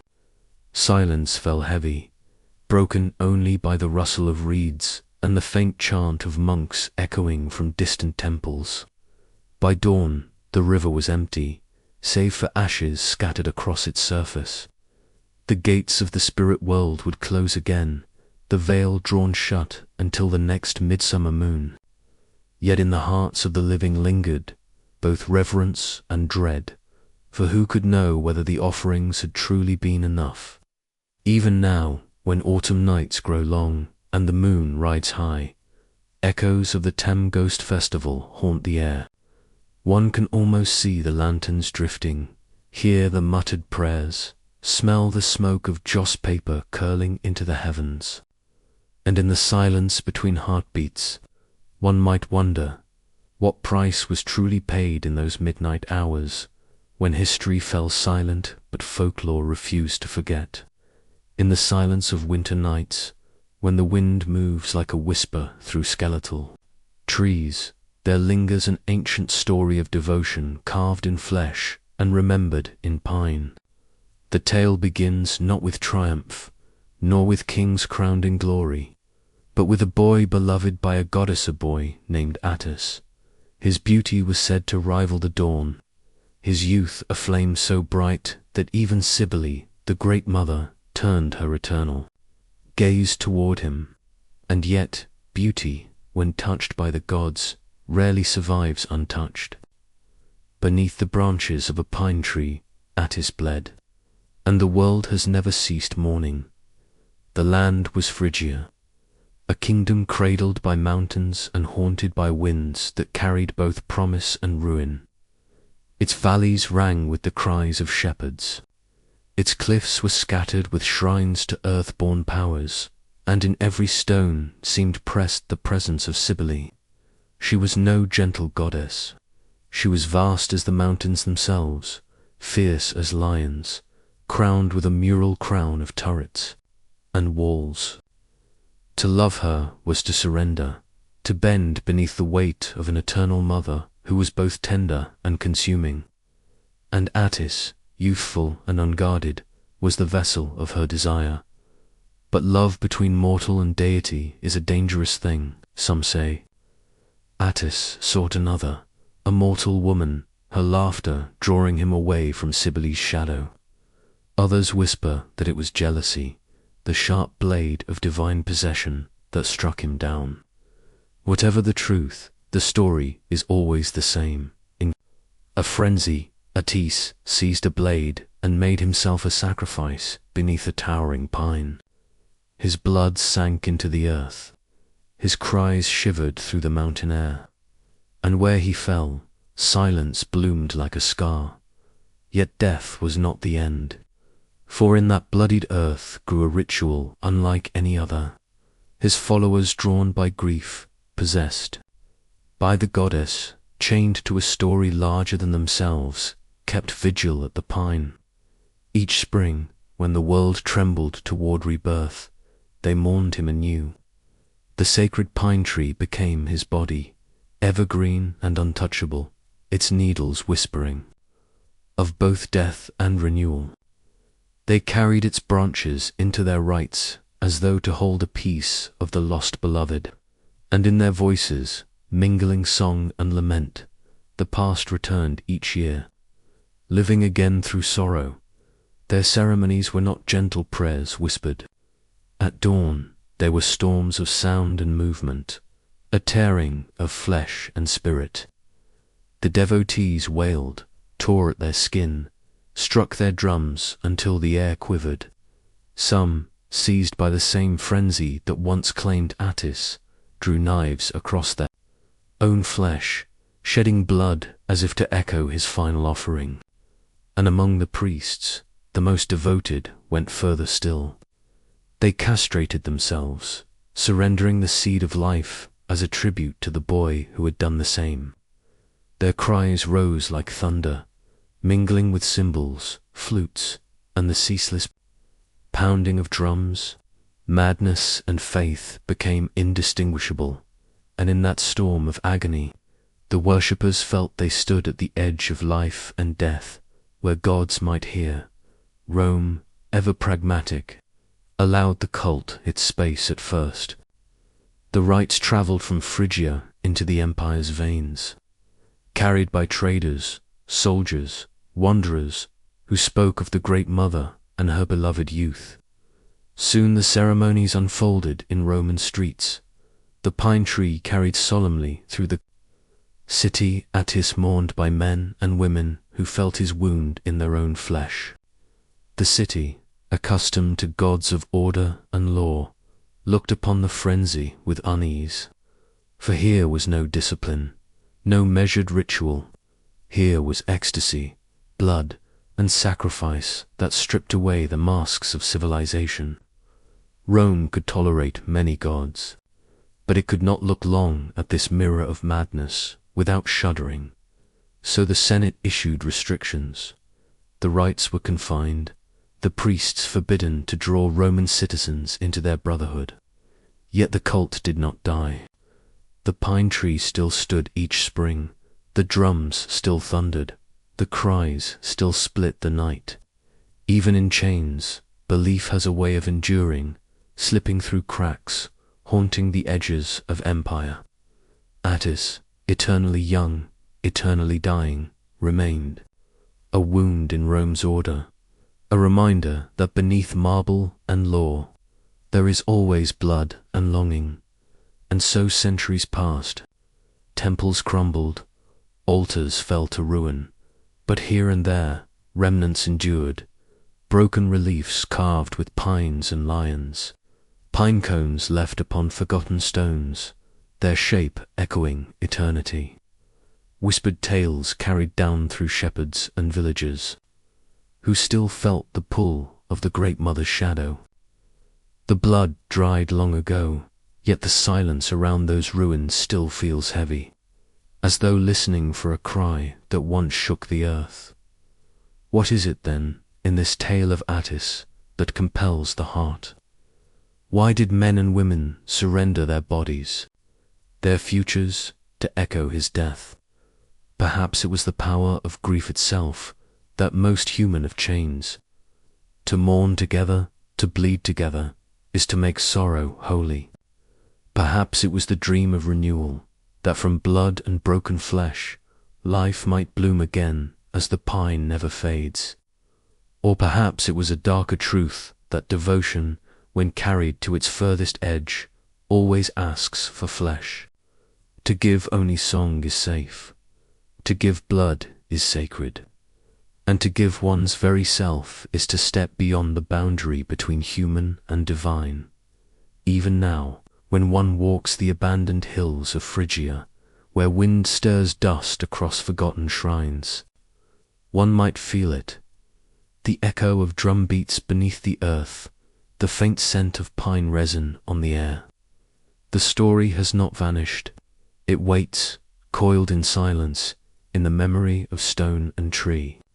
And though the goddess's worship is gone, her lesson remains that the bond between mortal and divine is not gentle, but consuming, demanding more than words, demanding the body itself.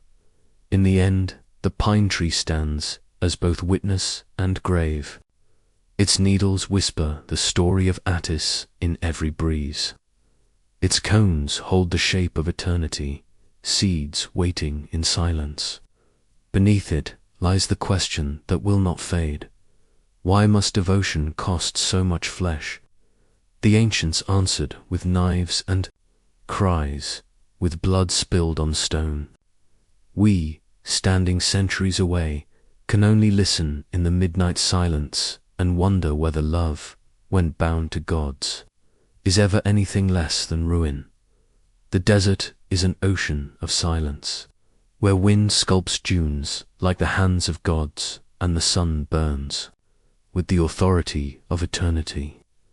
Here, far from the murmuring Nile, the oasis of Siwa rises like a mirage made real, its palms swaying over hidden springs, its stone sanctuaries veiled in dust and time. Travelers speak of a voice carried by the wind, a voice that answers only those who dare to seek the unknowable. Among them came a man whose ambition rivaled the desert sun itself, Alexander, son of Philip, conqueror of lands, whose gaze had pierced the hearts of empires, yet whose soul hungered for a truth unseen, a certainty whispered only by gods. The journey to Siwa was a trial beyond ordinary suffering. Caravans slipped through the endless sands and skies that blistered with light, while at night stars blazed like scattered jewels, indifferent witnesses to human resolve. Sandstorms rose without warning, sweeping the unwary into white oblivion. Yet Alexander pressed forward, his army a ribbon of life against the vast, shifting horizon. For those who sought the oracle, this desert was not merely a path, but a sieve of worthiness. It claimed the weak and revealed the resolute. Siwa itself was a place suspended between time and myth. The temple of Ammon, hidden within an oasis, was a fortress of sacred stone, its walls etched by centuries of wind and memory. Within, columns rose like the ribs of some ancient beast, supporting shadows where sunlight dared not linger. Bronze censers, darkened by smoke and sacrifice, still held the faintest trace of incense, and in the air was a hush that pressed against the ears, a silence so deep it seemed to pulse with expectation, as if the desert itself waited with bated breath for the arrival of those chosen to stand before the god. Alexander, draped in the mantle of his conquests, entered the temple with a careful reverence. Priests of Ammon, their faces hidden beneath linen veils, guided him through labyrinthine corridors where torches flickered against walls carved with hieroglyphs older than memory. Each step was a hymn, each pause a question posed to the eternal. The initiates whispered among themselves, their voices like wind over sand, speaking of kings who had come before and left with nothing but shadows pressing against their souls. Here, in this secret heart of Egypt, mortal ambition met the divine, and the veil between them was as thin as desert air at dawn. The rites of the oracle remain a labyrinth of conjecture. Some chroniclers later, far removed from these sands, hint at ceremonies where Alexander was bathed in sacred waters drawn from hidden springs, where offerings of oil, bread, and wine were laid upon altars etched with the sigils of Ammon. Others speak of the reading of omens from sacred animals, of torches illuminating the silent faces of statues whose eyes seemed alive with awareness. Yet the core of the mystery is shrouded. What question did Alexander pose to the god, and what answer was carved into the quiet of the temple, preserved only in the tension of the moment and the memory of those present? Legends claim he emerged, knowing the answer to a fate beyond kingship, a truth that made him more than man, or perhaps more burdened than any man could bear. The desert itself is complicit in the enigma. Outside, wind scoured the sands, shifting dunes like chapters in a book no one could read. Crows circled above the oasis, their cries sharp, echoing against palm fronds and stone. And within the temple, torches danced against walls inscribed with prayers to Amen, the god of hidden knowledge, whose favor was granted in riddles and whose wrath could turn devotion into ruin. Alexander is said to have knelt upon the stone floor, the pulse of the desert vibrating through him, listening as a voice neither male nor female, neither wholly human nor entirely divine answered a question that history does not record. The priests watched, silent, their veiled faces unreadable, as the weight of revelation settled upon the shoulders of a man accustomed to the world. Bowing before him, some say the oracle crowned him divine, whispering secrets that reshaped his vision of kingship, the scope of his ambition now aligned with the will of gods. Others murmur of darker truths, warnings of mortality entwined with power, a reminder that even the greatest conqueror is still subject to forces unseen. Alexander left Siwa with a certainty known only to himself, a secret that traveled with him across mountains and rivers, carried in the silent chambers of his mind, never to be revealed. It was a crown not wrought from gold, but from knowledge that burned quietly, like embers beneath the sand, visible only to those who know where to look and willing to endure the heat of its truth. Time passed, and the temple of Siwa receded into shadow and memory. Caravans dwindled, winds eroded stone, and the desert claimed the oasis once more, burying footsteps beneath endless dunes. Fragments of walls remain, etched by wind and dust, bearing traces of a presence that refuses to be fully read. Pilgrims came, seeking wisdom, leaving offerings of bread and oil. Yet the core of the oracle's secret vanished with Alexander and the passing centuries. Even now, travelers speak of a hush, a pressure upon the soul, as though the desert itself remembers, as though the god waits still, listening to the heartbeat of those daring enough to approach. The silence of Siwa is profound. At night, when stars pierce the black sky like silver daggers, the air carries the faintest echo of chants, the murmur of a distant voice lost in time. The palm fronds sway as though marking the rhythm of a song no living ear has heard in centuries. Each grain of sand is a fragment of memory, each stone a vessel of forgotten devotion. And in this quiet, one may feel the shadow of Alexander's presence, the imprint of a question asked, an answer received, never spoken, yet heavy with consequence.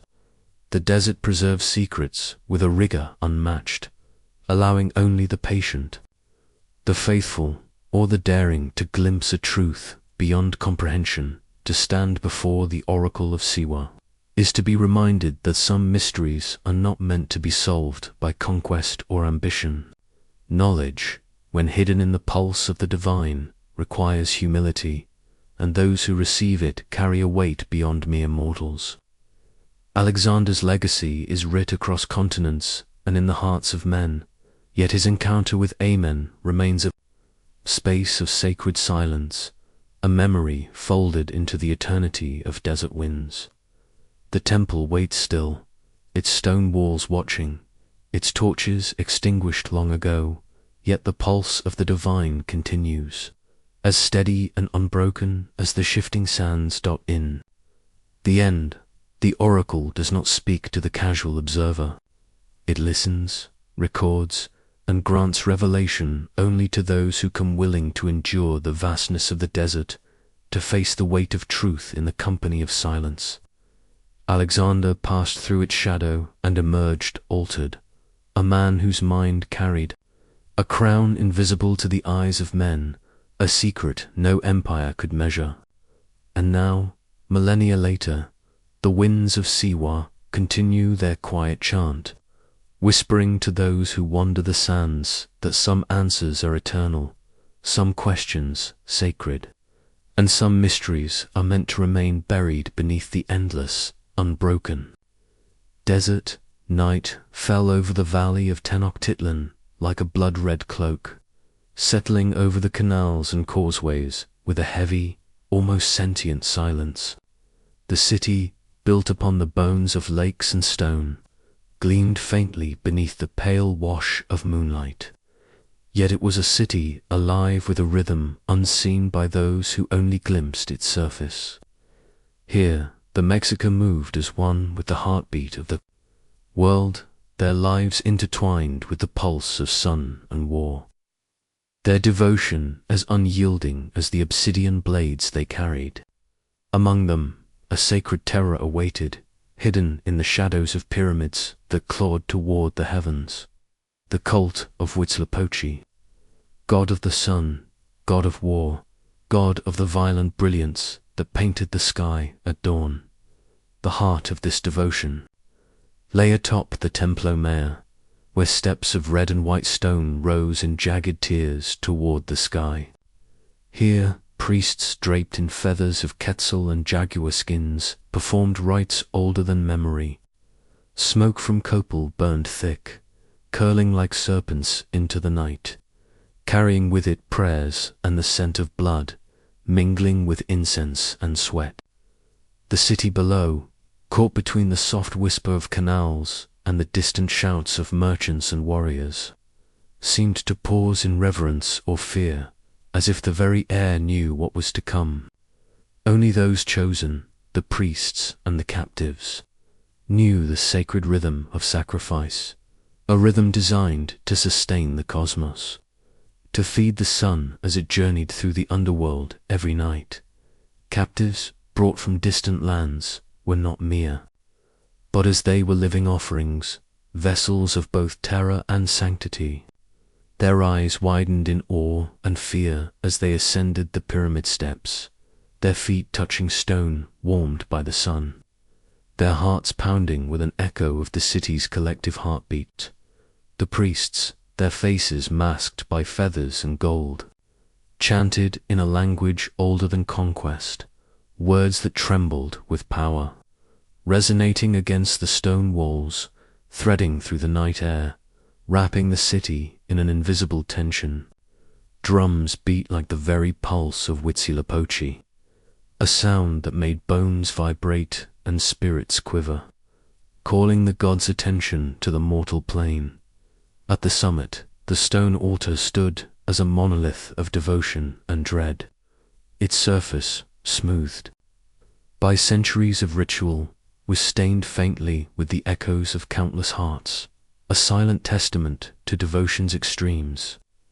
Here captives were laid upon the cold slab, their lives measured in inhalations and exhalations, their hearts poised between the temporal and the eternal.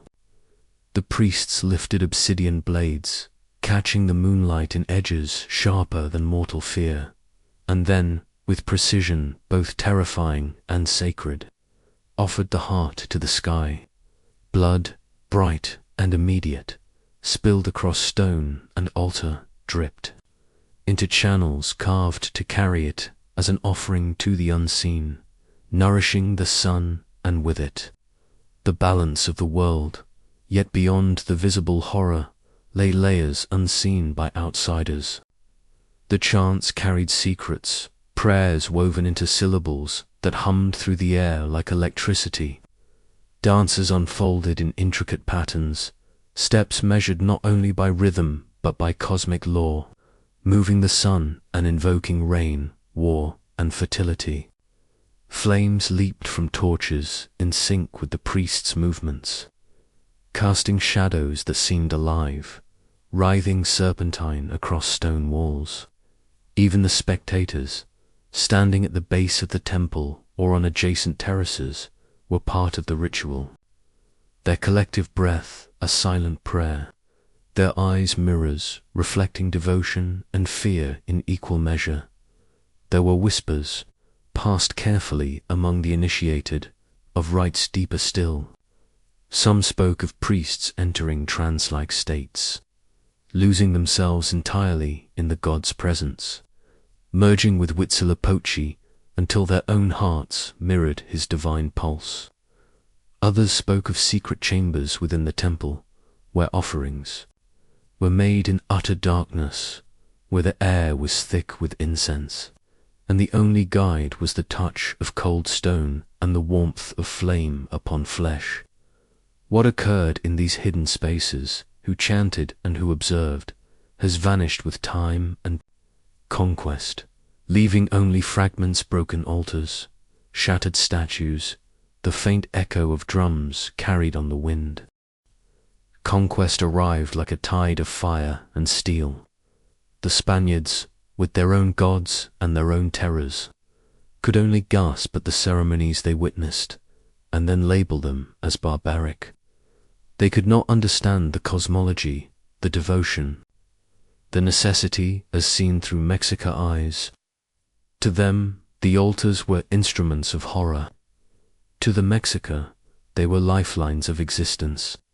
Civilization clashed, tongues broke, and in the violence, the deepest layers of ritual were erased, lost to memory, leaving only the visible spectacle for history to recount.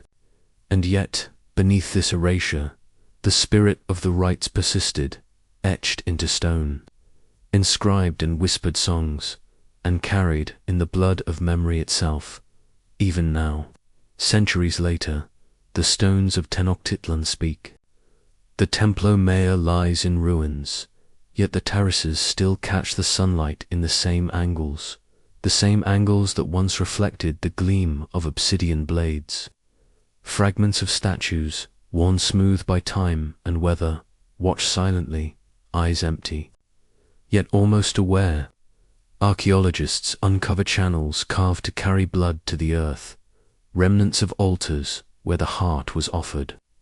And beneath it all, the pulse of devotion lingers like a faint heartbeat felt only when the world is still. The cosmos may no longer depend upon these rites, yet in their echo, one can sense a sacred terror, a devotion so complete it transcended the mortal fear of death itself. The duality remains, devotion and terror, creation and destruction, sacred and profane, intertwined like threads in an intricate tapestry. Were the sacrifices merely tools of cosmic maintenance, ensuring sun and rain and war followed their ordained paths? Or were they an expression of devotion so absolute that the pain, the blood, the fear was sacred language, a dialogue with a God whose presence demanded total surrender? History offers fragments, shards of understanding caught in the glare of conquest, yet the full meaning is hidden in the spaces between, whispered only to those who would listen beneath the moon, in the hush of a city now reclaimed by silence, in the quiet moments when the sun dips and shadows stretch across the valley. One can almost hear the faint drumbeat, the rustle of feathers, the murmur of chants. Perhaps it is memory, perhaps wind weaving through stone. The ruins themselves seem to hold their breath, waiting for someone to ascend the terraces, to lay down heart and spirit once more, to step into the rhythm of devotion and fear entwined. The city, the god, the sacrifice, they persist in ghostly harmony, a reminder that some truths are too vast for words, too profound for simple judgment. The story of Huitzilopochtli and his people is not merely one of spectacle, nor merely one of horror. It is a story of devotion at the edge of human possibility, a testament to a civilization that understood the fragility of life and the enormity of the cosmos. The sacrifices, the chants, the secret dances all were threads in a fabric designed to hold the sun, the earth, and the people together, to bind the mortal to the divine in a sacred, terrifying embrace. And while the altars are broken and the temples silent, the echo remains. It lingers in the wind, in the palm-fringed canals, in the faint shimmer of obsidian under moonlight, whispering of a devotion that demanded everything and asked nothing. In return, a devotion that the desert of history cannot fully erase. To walk among these ruins is to confront both awe and dread. One senses the eyes of priests long gone, the faint warmth of lives surrendered, and the rhythm of a god whose presence shaped an empire. The Mexican knew that the cosmos could be fed by devotion, that life itself was fragile and could be held in balance by the courage, fear, and reverence of the few chosen to act in service of the sun. To us, the rituals may seem unthinkable. To them, they were necessity incarnate, as natural and terrible as sunrise. And so, the ruins remain, whispering in shadowed corners, where stone and memory entwine, where devotion and terror meet in a sacred, eternal embrace. The night settled over the hills of ancient Thrace, like a velvet shroud, heavy with the scent of pine and wet earth. A soft fog crept along the valleys, curling around the roots of trees and the ruined stones of settlements abandoned long before memory. In this quiet, Orpheus's voice was said to have travelled, weaving through shadows, a sound that touched the edges of the world where mortals rarely dared to wander. The wind carried whispers of his lyre, the trembling notes that could pierce the veil between life and death, bending the air with the weight of longing and devotion. Those who followed him spoke of secrets older than the mountains, of rites so profound that the soul itself seemed to tremble in anticipation, as if the very universe leaned closer to listen. The followers of Orpheus, shrouded in tunics dyed the deep blue of midnight and adorned with faint silver threads, gathered in the hidden groves and rock-cut chambers that dotted the hills. Torches flickered along mossy walls, casting shifting shadows that danced like spirits caught in the music. The air was thick with incense, myrrh and laurel mingling with the cold tang of stone and damp earth, wrapping the devotees in an atmosphere that was at once sacred and unsettling. Here, time slowed, measured not in hours or minutes, but in the rise and fall of a lyre's string, in the silent intake of breath before a song began, in the gentle sway of bodies attuned to an unseen rhythm. Within these secretive congregations, hymns were sung not merely as music, but as invocation. Every note, every tremble of the vocal cords, was thought to draw the soul closer to salvation, to bend the invisible threads of the cosmos toward mercy. Sacred meals were taken in ritual, silence, morsels of honey, bread, and fruit shared beneath the muted glow of torchlight. Wine was poured not for indulgence, but as an offering, the liquid catching flame from the torches, reflecting the flicker of devotion and the fragility of mortality. And always the lyre hung at the center, strings gleaming like frozen sunlight, waiting for hands willing to open a doorway beyond death. Orpheus himself, it was said, did not merely teach music. He commanded it, bending melody into law, shaping silence into covenant. His followers believed that the notes could travel to the dead, that a careful chord progression could soothe a restless spirit, recall a vanished loved one, or open the soul to immortality. But with this power came secrecy. His mysteries were cloaked in enigma, and the uninitiated were never permitted to witness the full breadth of the rites. Walls echoed only fragments of songs, snatches of verse that hinted at promises too dangerous to speak aloud. The air itself seemed to pulse with the weight of what could not be known, of what could be heard only by those who had been chosen. Yet darkness always stalks the extraordinary. The splendor of Orphic devotion drew attention, and fear followed. Where all lead, authorities, both mortal and divine in imagination, branded these gatherings as heretical, as the unnatural manipulation of life and death. Edicts forbade the assembly of his followers, torches were snuffed, and lyres broken. Songs that had travelled for generations were scattered, melodies lost in the winds of exile and persecution. What survived were fragments, half-legible hymns, etched onto crumbling papyrus, notes remembered imperfectly by exiled disciples, and the lingering resonance of songs carried in whispered stories. Even now, centuries later, one can almost hear the faint tremor of strings under the touch of a ghostly hand, the echo of notes striving to bridge mortal and eternal realms. The rites themselves were a delicate interplay of music, devotion, and silence. Followers would enter a trance, bodies swaying as though moved by currents beneath the earth. Lyres, flutes, and pipes intertwined in counterpoint with the human voice. A symphony meant to pierce the barriers between worlds. Hymns were sung in languages half forgotten, words whose meanings were layered with esoteric significance, syllables vibrating with resonance beyond comprehension. In these moments, each note, each breath, was a lifeline tethering the living to the dead, offering hope of continuity where death threatened finality. And in the deepest moments of ritual, the music itself seemed to answer, as if unseen deities hummed along the edges of the melody, invisible fingers plucking strings across realms.